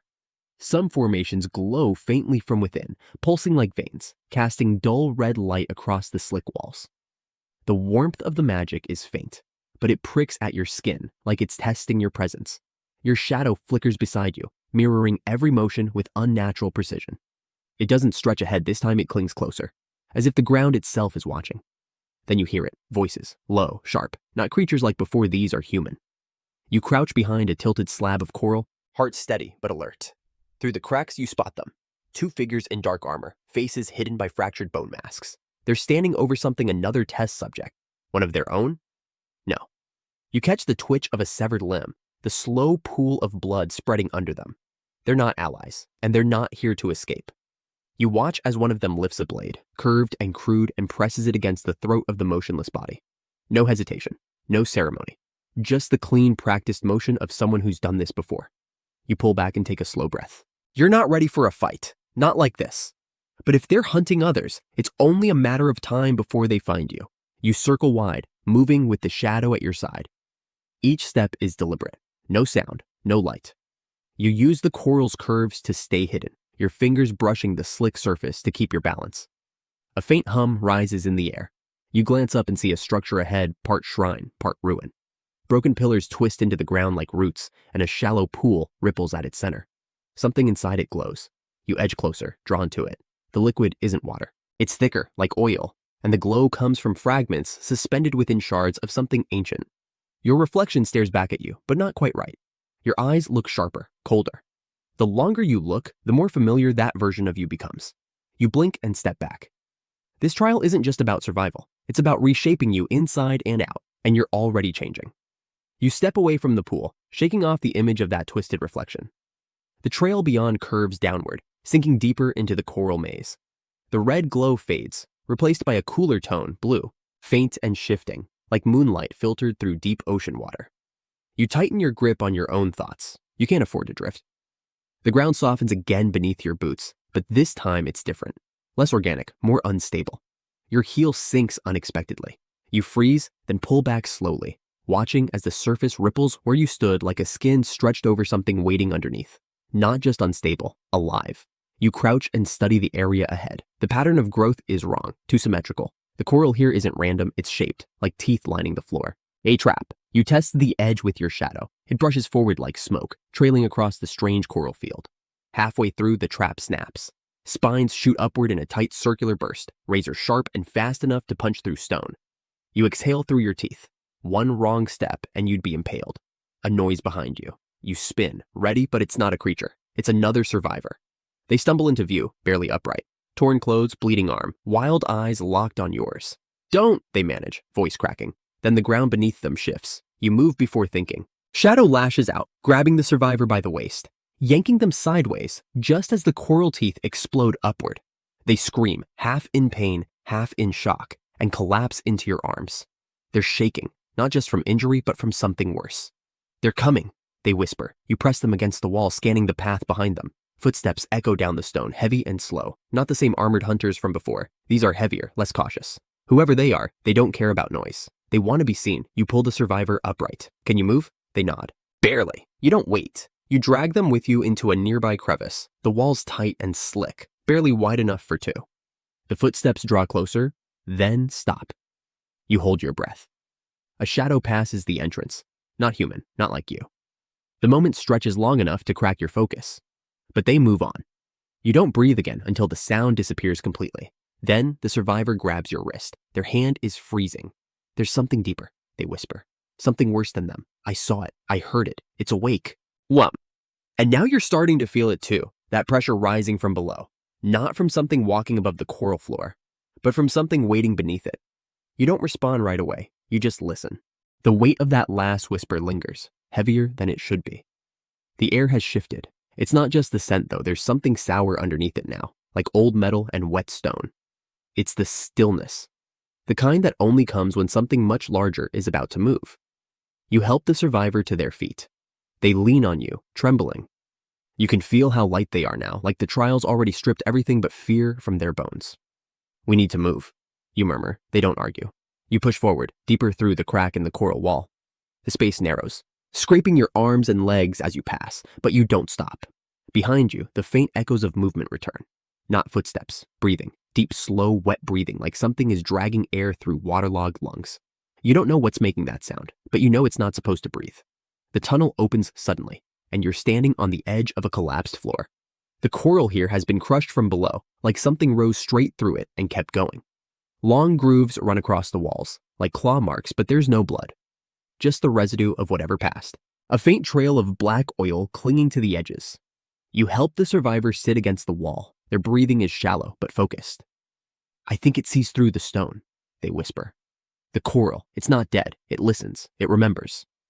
You glance around. No sign of movement yet, but the coral pulses faintly now, responding to your presence. There's rhythm in the walls, not random, not natural, like a heartbeat buried just out of reach. You move toward the far side of the chamber, careful not to disturb the black streaks. Each step echoes slightly offbeat, as if the floor beneath is hollow. You crouch and place your palm on the surface. It's warm, too warm. Then the ground shifts. It's slight, barely noticeable. But you feel it a subtle heave, like a breath being drawn beneath your feet. You're not standing on a floor, you're standing on something's back. You freeze, heart hammering. The survivor stirs behind you, whispering your name again, weakly. But there's no more time. The coral splits beneath you with a dry, grinding crack. You jump back just in time as a column of jagged tendrils shoot up where you stood. Not vines, those are bones. Fused into cables and sharpened at the tips. One lashes across your shoulder, leaving a shallow cut that burns instantly. You slide across the stone, draw on your shadow instinctively. It lashes out in response, wrapping your hands in something denser than before. You strike once, twice, cutting through the nearest tendril with a hiss of black heat. The creature doesn't scream. It doesn't need to. The coral around you shrieks for it, echoing through the tunnels in jagged, stuttering wails. You grab the survivor by the arm and pull them to their feet. No time to think. You run. The tunnel collapses behind you, the creature smashing upward through the stone with impossible force. Bones and coral spray past your face. You duck and slide, pulling the survivor with you, the heat of the beast's presence trailing your heels. You reach another split and dive left. No time to decide. Just instinct. The walls close in again, tight and narrow. But there's no collapse. Just silence. You keep moving until even the echoes fall behind. Only then do you stop. Your chest heaves, your arms shaking. You look back. No pursuit, but the survivor doesn't look relieved. They don't all chase, they whisper. Some just watch. And now you wonder, was it trying to catch you or just scare you deeper? Whatever it was, it's not the final threat, just another warning. You keep moving, even though the path is tighter now, and every step feels like it pulls you further into the jaws of something waiting. The survivor stumbles more often, but they don't complain. Their silence weighs more than their body, a reminder that something down here has already broken them in ways you haven't seen yet. The tunnel curves again, this time upward. You feel the incline through your legs, the strain returning to your calves as the terrain shifts from soft and warm to brittle and dry. The scent changes too. The rot fades, replaced by dust and something burnt like scorched bone or old ashes. You pause at the next turn. A faint glow pulses ahead. Not warm like before, but sharp. Cold. You motion for the survivor to stay back and edge forward until you can see it clearly. The chamber opens into a strange geometry walls, angled sharply. Coral here, no longer growing wild, but shaped into something deliberate. Symbols are carved across the surface, not words. Marks, old ones. Some pulse faintly. Others are cracked and dim. And in the center, standing still too still, is a man. His back faces you. He's tall, wrapped in tattered layers of black and silver, and the edges of his robes cling unnaturally to the coral beneath him, like they've fused. You don't move. You watch. His head tilts slightly, just a twitch. Then his voice cuts through the silence. "You've come far," he says, "farther than the others." You say nothing. The survivor behind you presses against the wall. He doesn't turn. "I watched your descent," he continues, "from the moment you stepped into the trial. You carry more than power. You carry something they forgot to fear." You take a slow step back, but the coral under your foot tightens. Not a trap, just a warning. The entire chamber is aware of your presence now. Finally, the man turns. His face is wrapped in black cloth, but his eyes, those are visible. Pale, flat, not dead, not alive. "You're not here to pass this test," he says. "You're here to wake it." And then the ground shifts again, not violently, just a subtle pull, like something underneath the room just exhaled. You raise your guard, shadow crawling up your arms in defense, but the man lifts a hand, calm, deliberate. "I'm not your enemy," he says. "But if you continue down this path, you'll have to become something worse than me." Then he lifts his palm, and the chamber reacts. A doorway opens behind him, silent and clean, coral peeling away like skin to reveal a dark corridor beyond. The glow fades from the room. "You'll be hunted from this point on," he says. "Not by beasts, not by watchers, by the maze itself." You lock eyes with him. He nods once, then he's gone, just like that. You don't know if he vanished or if the room simply chose not to show him anymore. Either way, he's not the threat. The corridor yawns ahead, wide enough to walk without touching the walls, but not wide enough to feel safe. You help the survivor back to their feet and step through together. Behind you, the chamber seals itself. Ahead, only darkness. But this time, the darkness doesn't feel empty. It feels expectant. You keep your pace steady as the corridor stretches forward, the survivor limping beside you. The air is colder now, not just in temperature, but in feeling. Every breath tastes stale, like you're walking through the lungs of something long asleep. The walls shift again, not in motion, but in shape. The round tunnel gives way to a low ceiling chamber, its floor slick with condensation. A faint green glow leaks from above, casting soft shadows that don't line up with your movements. You pause at the entrance. At the center of the room sits a raised platform, smooth and circular, its surface made of overlapping plates that hum softly as you approach. Suspended above it, barely hovering, is a crystal sphere. It rotates slowly, thin cracks webbing across its surface. Silver light pulses inside, steady as a heartbeat. You glance back. The tunnel behind you has sealed. The survivor leans against the wall, their breathing shallow. You take a step toward the sphere. It lowers slightly, reacting to your presence. The hum deepens. You reach out, not touching it, but close enough to feel the static lift on your skin. And then the light dims. Not just the orb, the whole room darkens, like something just covered the glow with a hand. You spin around, eyes scanning the edges. You're not alone. There's no sound, no movement, but you can feel it. A presence just beyond the edge of the light, watching, waiting, not curious, not hostile, just aware. You step back from the orb, it flickers, struggling to stay suspended. The humming shifts pitch. A low vibration rumbles through the floor. Then, something else enters the room, not through a door, but from the walls themselves. A shape forms near the edge of your vision. Not tall, not monstrous, just wrong. The way it stands, the way its outline bends the light, it shouldn't exist. You don't draw your weapon, you don't run, you wait. And then you understand. This isn't a fight, it's a signal. Whatever brought you here is watching closely now, not to judge, but to see what you'll become next. The light flares once more, and the orb drops into the platform. The platform opens, and something underneath begins to rise. You step out into the light, the silence hitting harder than any blow. Ruins stretch before you, half-swallowed buildings, shattered towers, stone blackened as if it remembers fire too well. The dream has shifted again. You can feel it in your chest, in your bones, heavier, hungrier. Ashvale walks ahead of you, each step deliberate, cloak brushing against scorched dust. Her back is as unreadable as ever, posture straight, shoulders steady. She's not ignoring you, she's waiting, always waiting, like she knows you'll catch up or burn trying. Whitesight stands a few paces away, her head tilted toward the sky. She doesn't look, but you know she sees. She always does. That strange calm hasn't left her face since the last trial. Whatever she witnessed in the flames, she's buried it beneath her silence. You tighten your grip around your weapon, not because you're under threat, but because you know something's coming. This stillness, it's never peace. It's bait. A ripple in the air shifts everything. You spin just in time to see it form like glass, warping under pressure, space itself folding into something else. A corridor appears, carved not by hands, but by intent. The dream's invitation is clear. You move without a word. The passage breathes around you. Walls pulse faintly as if stitched from flesh and stone. The deeper you go, the more the weight returns like a pressure behind your eyes. A memory trying to push its way forward. A flicker passes across Ashvale's face when she slows. Barely a twitch. But you feel it too. Magic. Old. Not raw or wild like before. Controlled, measured, crafted with purpose. You step into the chamber ahead, and suddenly you're not alone. The air carries heat, but not fire. Anger and sorrow. It clings to the walls like smoke long settled into stone. At the center lies a mirror, cracked. Its surface ripples with shadows instead of reflections. Phantom Step emerges beside it, a flickering shape, not fully there, yet real enough to cast a distorted echo on the floor. It's you. Almost. But wrong. The posture is too stiff, the eyes too cold. It doesn't blink. Whitesight doesn't approach. She remains near the door, fingers twitching slightly against her sleeve. You realize she's guiding you without speaking, sending pressure through the dream's current.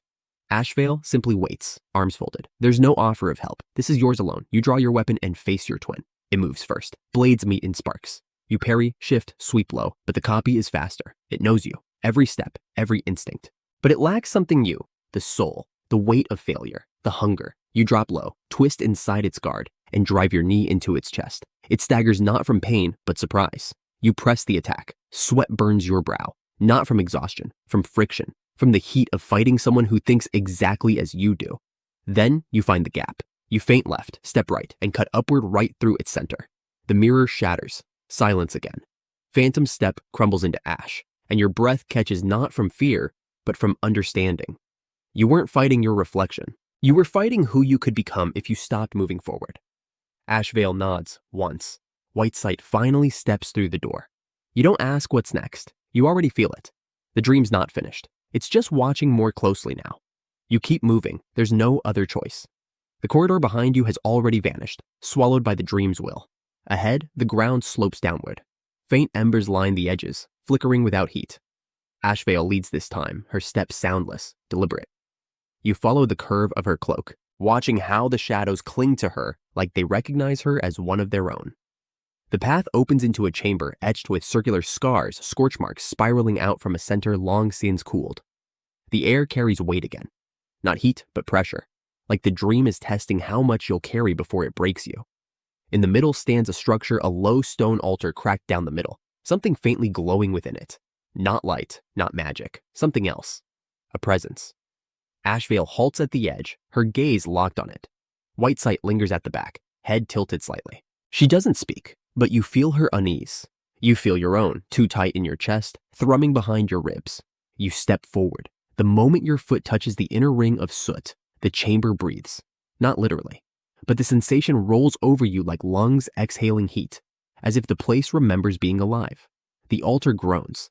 Something buried inside it begins to move slowly, deliberately, like something that's waited too long and resents being disturbed.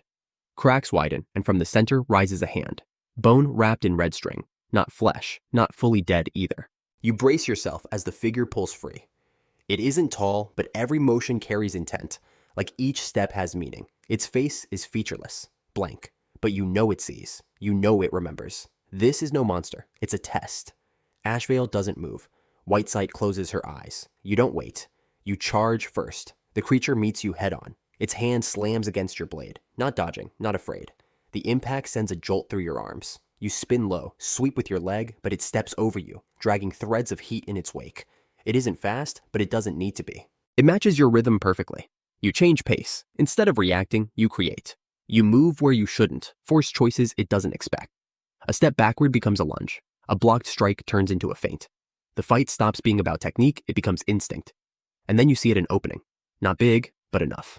You drive your blade forward, not at its heart, but its shadow. The weapon sinks, and the threads around its form recoil, burning bright red as they snap. The figure lets out no cry. It simply vanishes. The altar collapses with it. Silence returns, but not the same silence as before. This one feels clearer, like something inside you has been scraped clean. Not healed, just exposed. Ashvale nods once. She knew you'd make it. Whitesight opens her eyes and says the first words you've heard in hours. Now it begins. You don't ask what. You already feel it. The dream is pulling tighter. Whatever lies ahead, it won't wait for you to be ready. The corridor ahead splits into two. Ashvale stops without turning. She doesn't need to speak. You already feel the tension crawling through the floor like static. One path breathes cold. The other radiates heat, not warmth, but a dry, searing pressure like sandstorm winds without sand. You glance at Whitesight. She nods toward the left, the colder path. But Ashvale steps toward the right. You hesitate, only for a breath. Then follow Ashvale. The passage narrows, ceiling dropping low, walls folding inward like the dream is second-guessing your right to be here. You duck slightly, hand brushing against the surface. It's dry, brittle, but warm. Too warm. Ashvale moves without comment. You keep pace. Then the sound starts. A rasping hiss, soft at first like wind over stone. But it builds, echoing off the close walls until it becomes a low growl that feels like it's vibrating behind your teeth. You step into a larger chamber, not open confined, but large enough to move. The walls here are marked with scratches, not carved but torn. Something clawed through this place. Something desperate or angry. Maybe both. Ashvale doesn't draw her blade. That tells you everything. Whatever's coming won't be stopped by steel. You hear it before you see it, a dragging sound, like limbs too heavy to lift. Then, from the far shadows, it emerges. It's not tall, not wide, but the shape is wrong. The limbs bend at odd angles, head cocked too far to one side. No eyes, no mouth, just a surface that shimmers with something wet. Its body is covered in stone dust, like it's been buried and only just clawed its way out. You ready your weapon. It stops a few steps in, then charges. No warning. It moves fast, impossibly fast. You barely duck the first swipe, the air splitting open behind your head. You roll, come up low, and slash across its side. No blood, just dust and that wet shimmer. It hisses again, but it's not sound, it's pressure. You feel it in your ears, your lungs, like it's trying to pull breath out of your body. Ashvale moves. She doesn't attack. She distracts. A flick of her cloak, a flash of her palm, and the thing twitches toward her. That's your opening. You strike high, then low, baiting it to react. It takes the feint. You spin, drag your blade in a rising arc, and connect under the jaw. If it has one, the head lolls, twists, then drops. The body collapses like a marionette cut from its strings.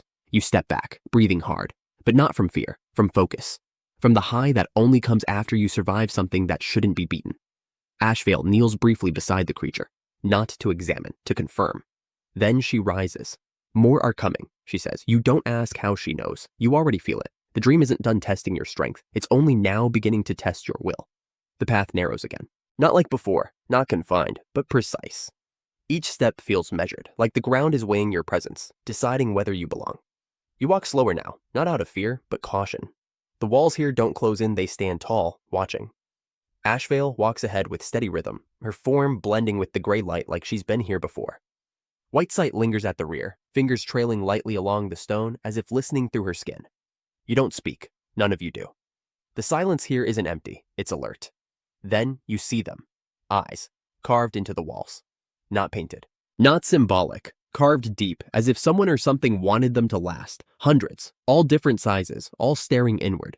You pause to look closer and realize they aren't just carvings. They pulse, faintly, like the dream is blinking through stone. You press forward, pretending they don't shake something loose inside you.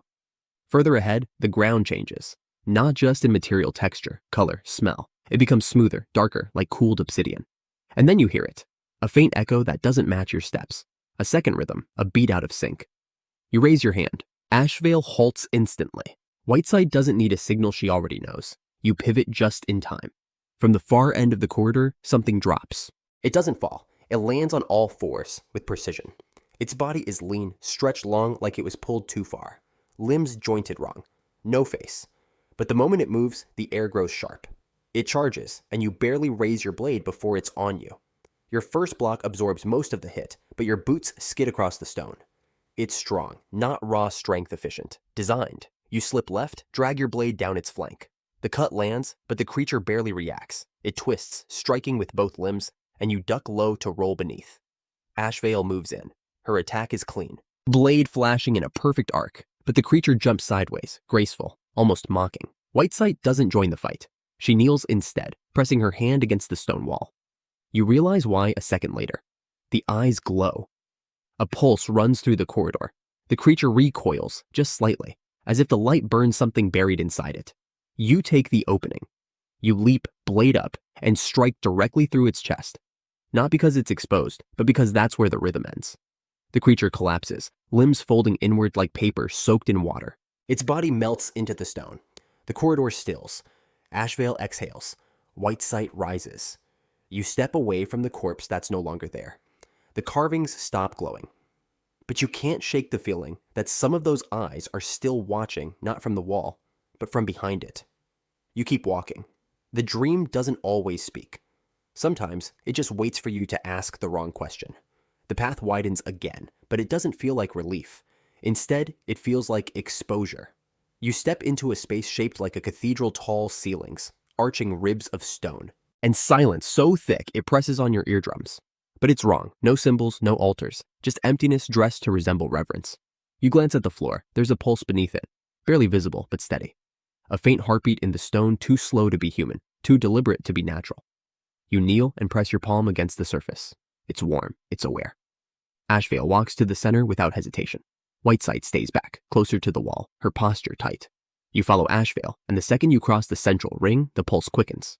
The light above flickers not from torches, but something woven into the dream's ceiling, like veins of molten silver. The brightness is enough to cast sharp shadows, and in that flicker, something moves. Not in front of you, beneath. The floor buckles. You jump back just as the stone erupts upward, fragments flinging out like shrapnel. From the hole rises a figure, no limbs, no face, just shape. humanoid in outline, but the body shifts with each breath, constantly folding and unfolding as if it's unsure how to settle. It's not attacking, not yet, but you can feel the pressure. Like it's waiting for your first move. You take it. You rush in low, blade drawn, striking upward toward the core of its shape. The weapon passes through, but it resists, not like flesh, but like pushing through syrup-thick mist. The creature ripples, reshapes, and lashes out. Not with limbs, with sound. A pulse hits your chest. Not a scream, a vibration. Your ribs shake, your breath stutters. You drop and roll sideways, regain footing, push forward again. This time you don't aim for the shape, you aim for the source. Whitesight moves now. Her hand touches the wall. Symbols light up lines etched into the cathedral's bones that weren't visible before. The creature twitches. Ash veil circles around. Her blade doesn't strike. She draws lines in the air, symbols glowing red hot in their wake. The dream itself shifts with her motion. You understand. This isn't a fight of strength. It's one of resonance. You change your rhythm, match the pulse in the floor, move with it, not against it. Your blade hums now, not from magic, but from alignment. You strike again. This time, the shape splits halves, peeling apart, unable to hold form. Light bursts from within, flooding the chamber. The shape collapses, dissolving into the cracks of the floor. The silence returns. But now it feels lighter, like you passed a threshold you didn't see until you were already through. Ashvale looks over her shoulder. We've entered the inner coil. You don't ask what it means, because your bones already know. And they're bracing for what comes next. Chuangti Ding Duan. The passage curves downward, pulling you into a new depth. You feel it before you see it, the heat. Not the dry burn of desert winds, but something alive, pulsing like breath through stone. The walls glow faintly, veins of amber light running just beneath their surface. They move slowly, as if molten energy was crawling beneath the skin of the dream. Ashvale keeps her hand near her sidearm, but doesn't draw. Whitesight walks ahead this time, her eyes fixed on the floor, reading the shifting light as if it were a map. You step lightly. The air is thick now, not with smoke, but with weight. Every breath feels earned, every step heavier. Then the floor cracks. Not wide, just a hairline split, but it runs from one end of the corridor to the other, pulsing with deep red light. You freeze. Whitesight stops too, head tilting. Ashvale doesn't hesitate. She steps forward and plants her foot just past the line. Nothing happens. Then the light in the crack pulses. Once, twice. And the ground erupts. You leap back as stone bursts upward. From beneath, something claws its way out, not a creature of flesh, but of metal and ember. It walks like a man, but its body is made of burning segments, layered plates of glowing ore, and sharp molten joints. No face, just a mask, smooth, expressionless, glowing faintly. It charges. Ashvale moves first, blade up, sparks flying as steel meets searing armor. But it's fast, faster than it looks. You don't wait, you dive low, skimming along the cracked floor, and slash across its leg joint. The metal screams. The creature stumbles but doesn't fall. Whitesight places both palms on the wall, drawing the heat toward her. Symbols light up, and a ripple of cold pushes outward from her position. Steam erupts where her spell touches the floor. You take the chance. A second strike hard, precise into the creature's back.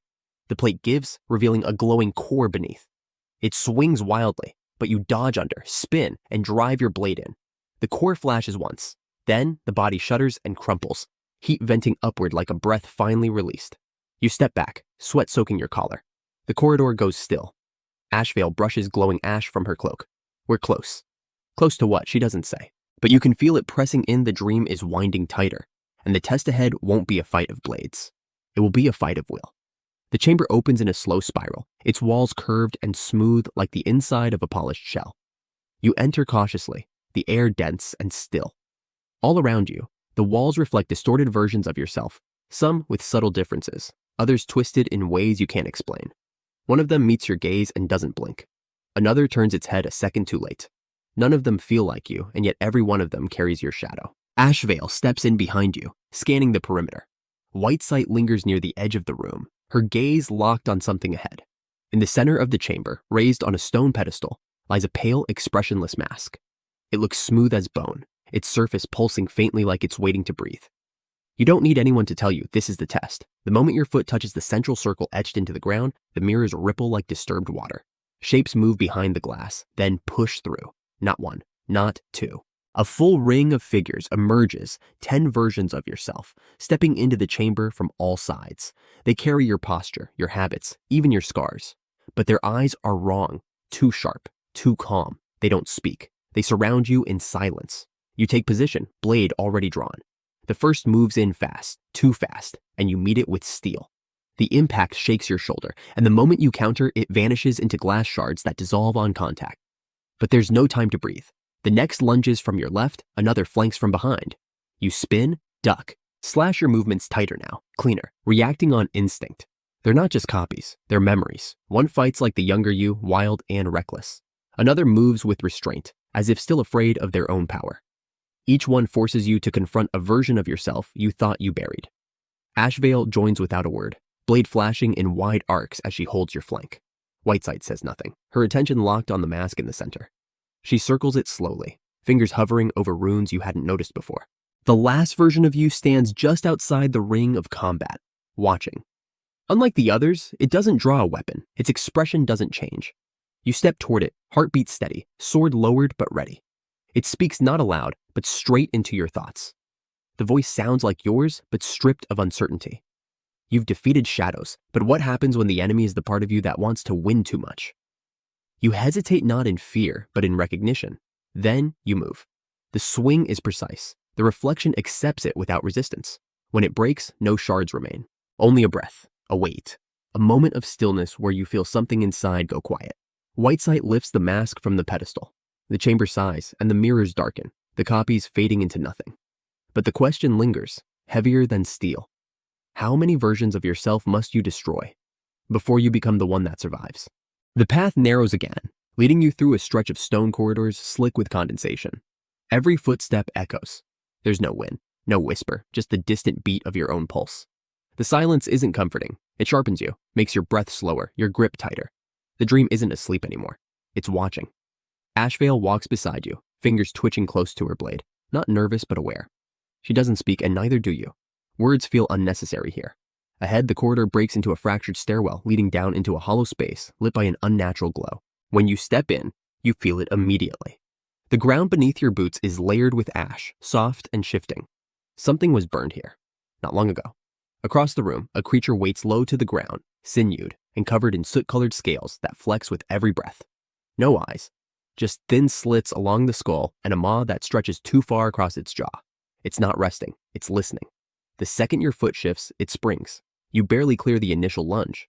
The force of its movement kicks ash into the air. You roll and draw, landing in a crouch just before it circles again. Fast, too fast for its size. It doesn't move like a beast, it moves like instinct sharpened into flesh. Ashvale doesn't hesitate.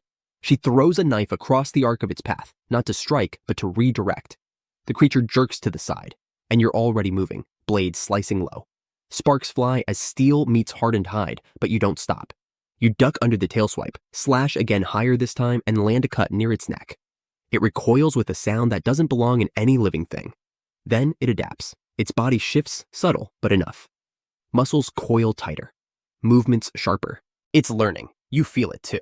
The dream is testing your reflexes, not just your strength. This isn't about killing the beast, it's about outgrowing it. You slow your breath, change your stance, loosen the grip. The next exchange is faster, cleaner. You draw it in, let it overcommit. Then, drive your blade into the joint under its front limb.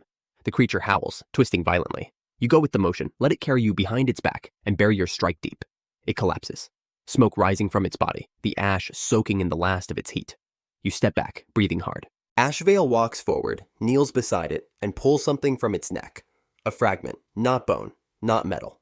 A shard pulsing with faint red light. She offers it to you. You take it without question. The dream wants you to carry this, not because of what it is, but because of what it cost. And whatever's waiting ahead will ask for even more. The hallway grows darker, not because the light fades, but because the walls begin to devour it. Each step sinks slightly into a fine dust that clings to your boots like ash. Soft, but charged with something old. The dream has thickened. Every breath feels like it's being filtered through something unseen. Ashvale walks beside you in silence. Her grip tightens on the hilt at her side, though no threat has yet revealed itself. You both know better. The path doesn't just lead you forward, it pushes you. Then the corridor ends, clean and abrupt. A door stands before you, not made of wood or metal, but of dense living stone. Its surface is etched with spiraling grooves that seem to move slightly if you don't stare too long. At its center, there's a hollow shaped exactly like the shoyard you carry. You press it in. Red light flares through the carvings. The air compresses. Behind you, the path closes with no sound at all. The door doesn't open, it unravels. You step into the chamber. The light here is soft, too soft, as if it's remembering how to illuminate. There's no ceiling, no walls, just endless dark space holding this single circular floor.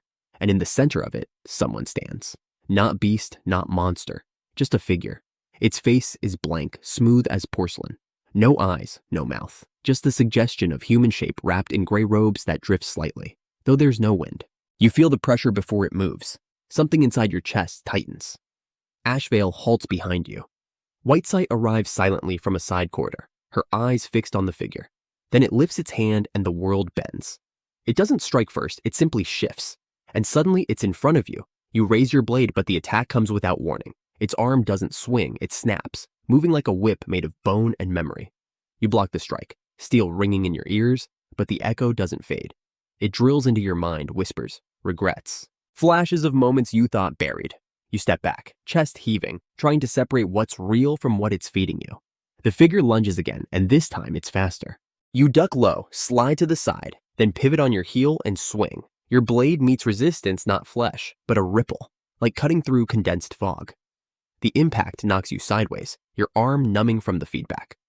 Ashvale moves to flank it, but the figure glides backward, glancing off her slash like it anticipated her steps before she took them. It's not reading your moves, it's remembering them. You grip your weapon tighter. Your mind tries to hold on to the present, but images keep flashing your father's last words. The first time you failed in training. The choice you made that left someone behind. It uses those moments to slow you, to weigh down your next breath. But then something clicks. You stop trying to forget. You use it. You let the memories surge, let the pain flare. And in the space between guilt and focus, your blade finds purpose. You charge. Your movements are no longer calculated. They're instinct layered over instinct. Your first strike aims low, forcing it to sidestep. You follow with a feint upward, twisting your wrist mid-swing to redirect across its chest. The figure shifts to block, but you're already moving another step forward, a pulse of energy flowing from your spine to your fingertips. The final blow isn't strong, it's true. Your blade cuts through the center of its body, clean and deliberate. There's no blood, no cry, just a faint shimmer like starlight cracking. The figure stops, then slowly, gently begins to fade. Not like it's dying, like it's been freed. Ashvale steps beside you, breathing measured. Whitesight lowers her gaze. It wasn't here to win. You nod, pulse still racing. No one speaks for a moment, then the walls of the chamber begin to reappear. And the door behind you breathes open once again. But you don't move yet, because in your bones, you know this wasn't the end. This was just the first time the dream showed you who you really are. You step through the door, and the air immediately shifts. Not in pressure or temperature, but in weight, like you've crossed a line that can't be redrawn. What waits ahead isn't a hallway or chamber. It's a space suspended in nothing. Walls drift like smoke. The floor beneath your boots pulses faintly with a heartbeat not your own. You've walked into something alive. Ashvale doesn't follow. She remains behind the threshold, her expression unreadable. This part is yours, she says, not with hesitation but with certainty. You nod once, then move forward. The path beneath you rises and curves, forming a spiral of hovering platforms. At the center, a quiet golden flame floats in midair. It has no pedestal, no anchor, just a presence, still and waiting. You approach it, and something inside tightens. This isn't raw power waiting to be claimed. It's memory shaped by fire, pain that still carries your name. Visions flash through you, scenes from the dream, echoes of your choices. Every loss, every failure, the moments you couldn't fix, the people you couldn't save. You reach into the flame. It doesn't push back. It surges forward. Heat roars through your body, not burning but refining. The fear you held onto, the shame you buried, the doubt that slowed your steps, it all rises and burns until nothing remains but the core of who you are. When you open your eyes, the chamber feels different, quieter, like the silence is no longer watching, but waiting for your next move. Your limbs feel steady, your thoughts focused. You don't just see the space around you, you feel its depth, its pressure, its purpose. Behind you, Whitesight and Ashvale stand still, but there's a shift in the way they look at you. Not surprise, recognition. You are not the same. The ground trembles, not violently but just enough to warn you. Above, the dream begins to unravel. The ceiling dissolves into layers of sky you've never seen, dark towers floating in broken gravity. Storms locked in endless spiral. Cities carved into the bones of forgotten beasts. You're no longer inside a trial. You're standing at the threshold of something bigger. You turn to face it, and something vast looks back. You don't hear its voice, but you feel it settle into your chest, a cold awareness that asks nothing and demands everything. You know the message without words. This was only the first gate. And what lies ahead will not wait for you to catch your breath. You tighten your grip, not in fear, but because you finally understand what it will take. You've survived the dream. Now it's time to conquer the nightmare beyond.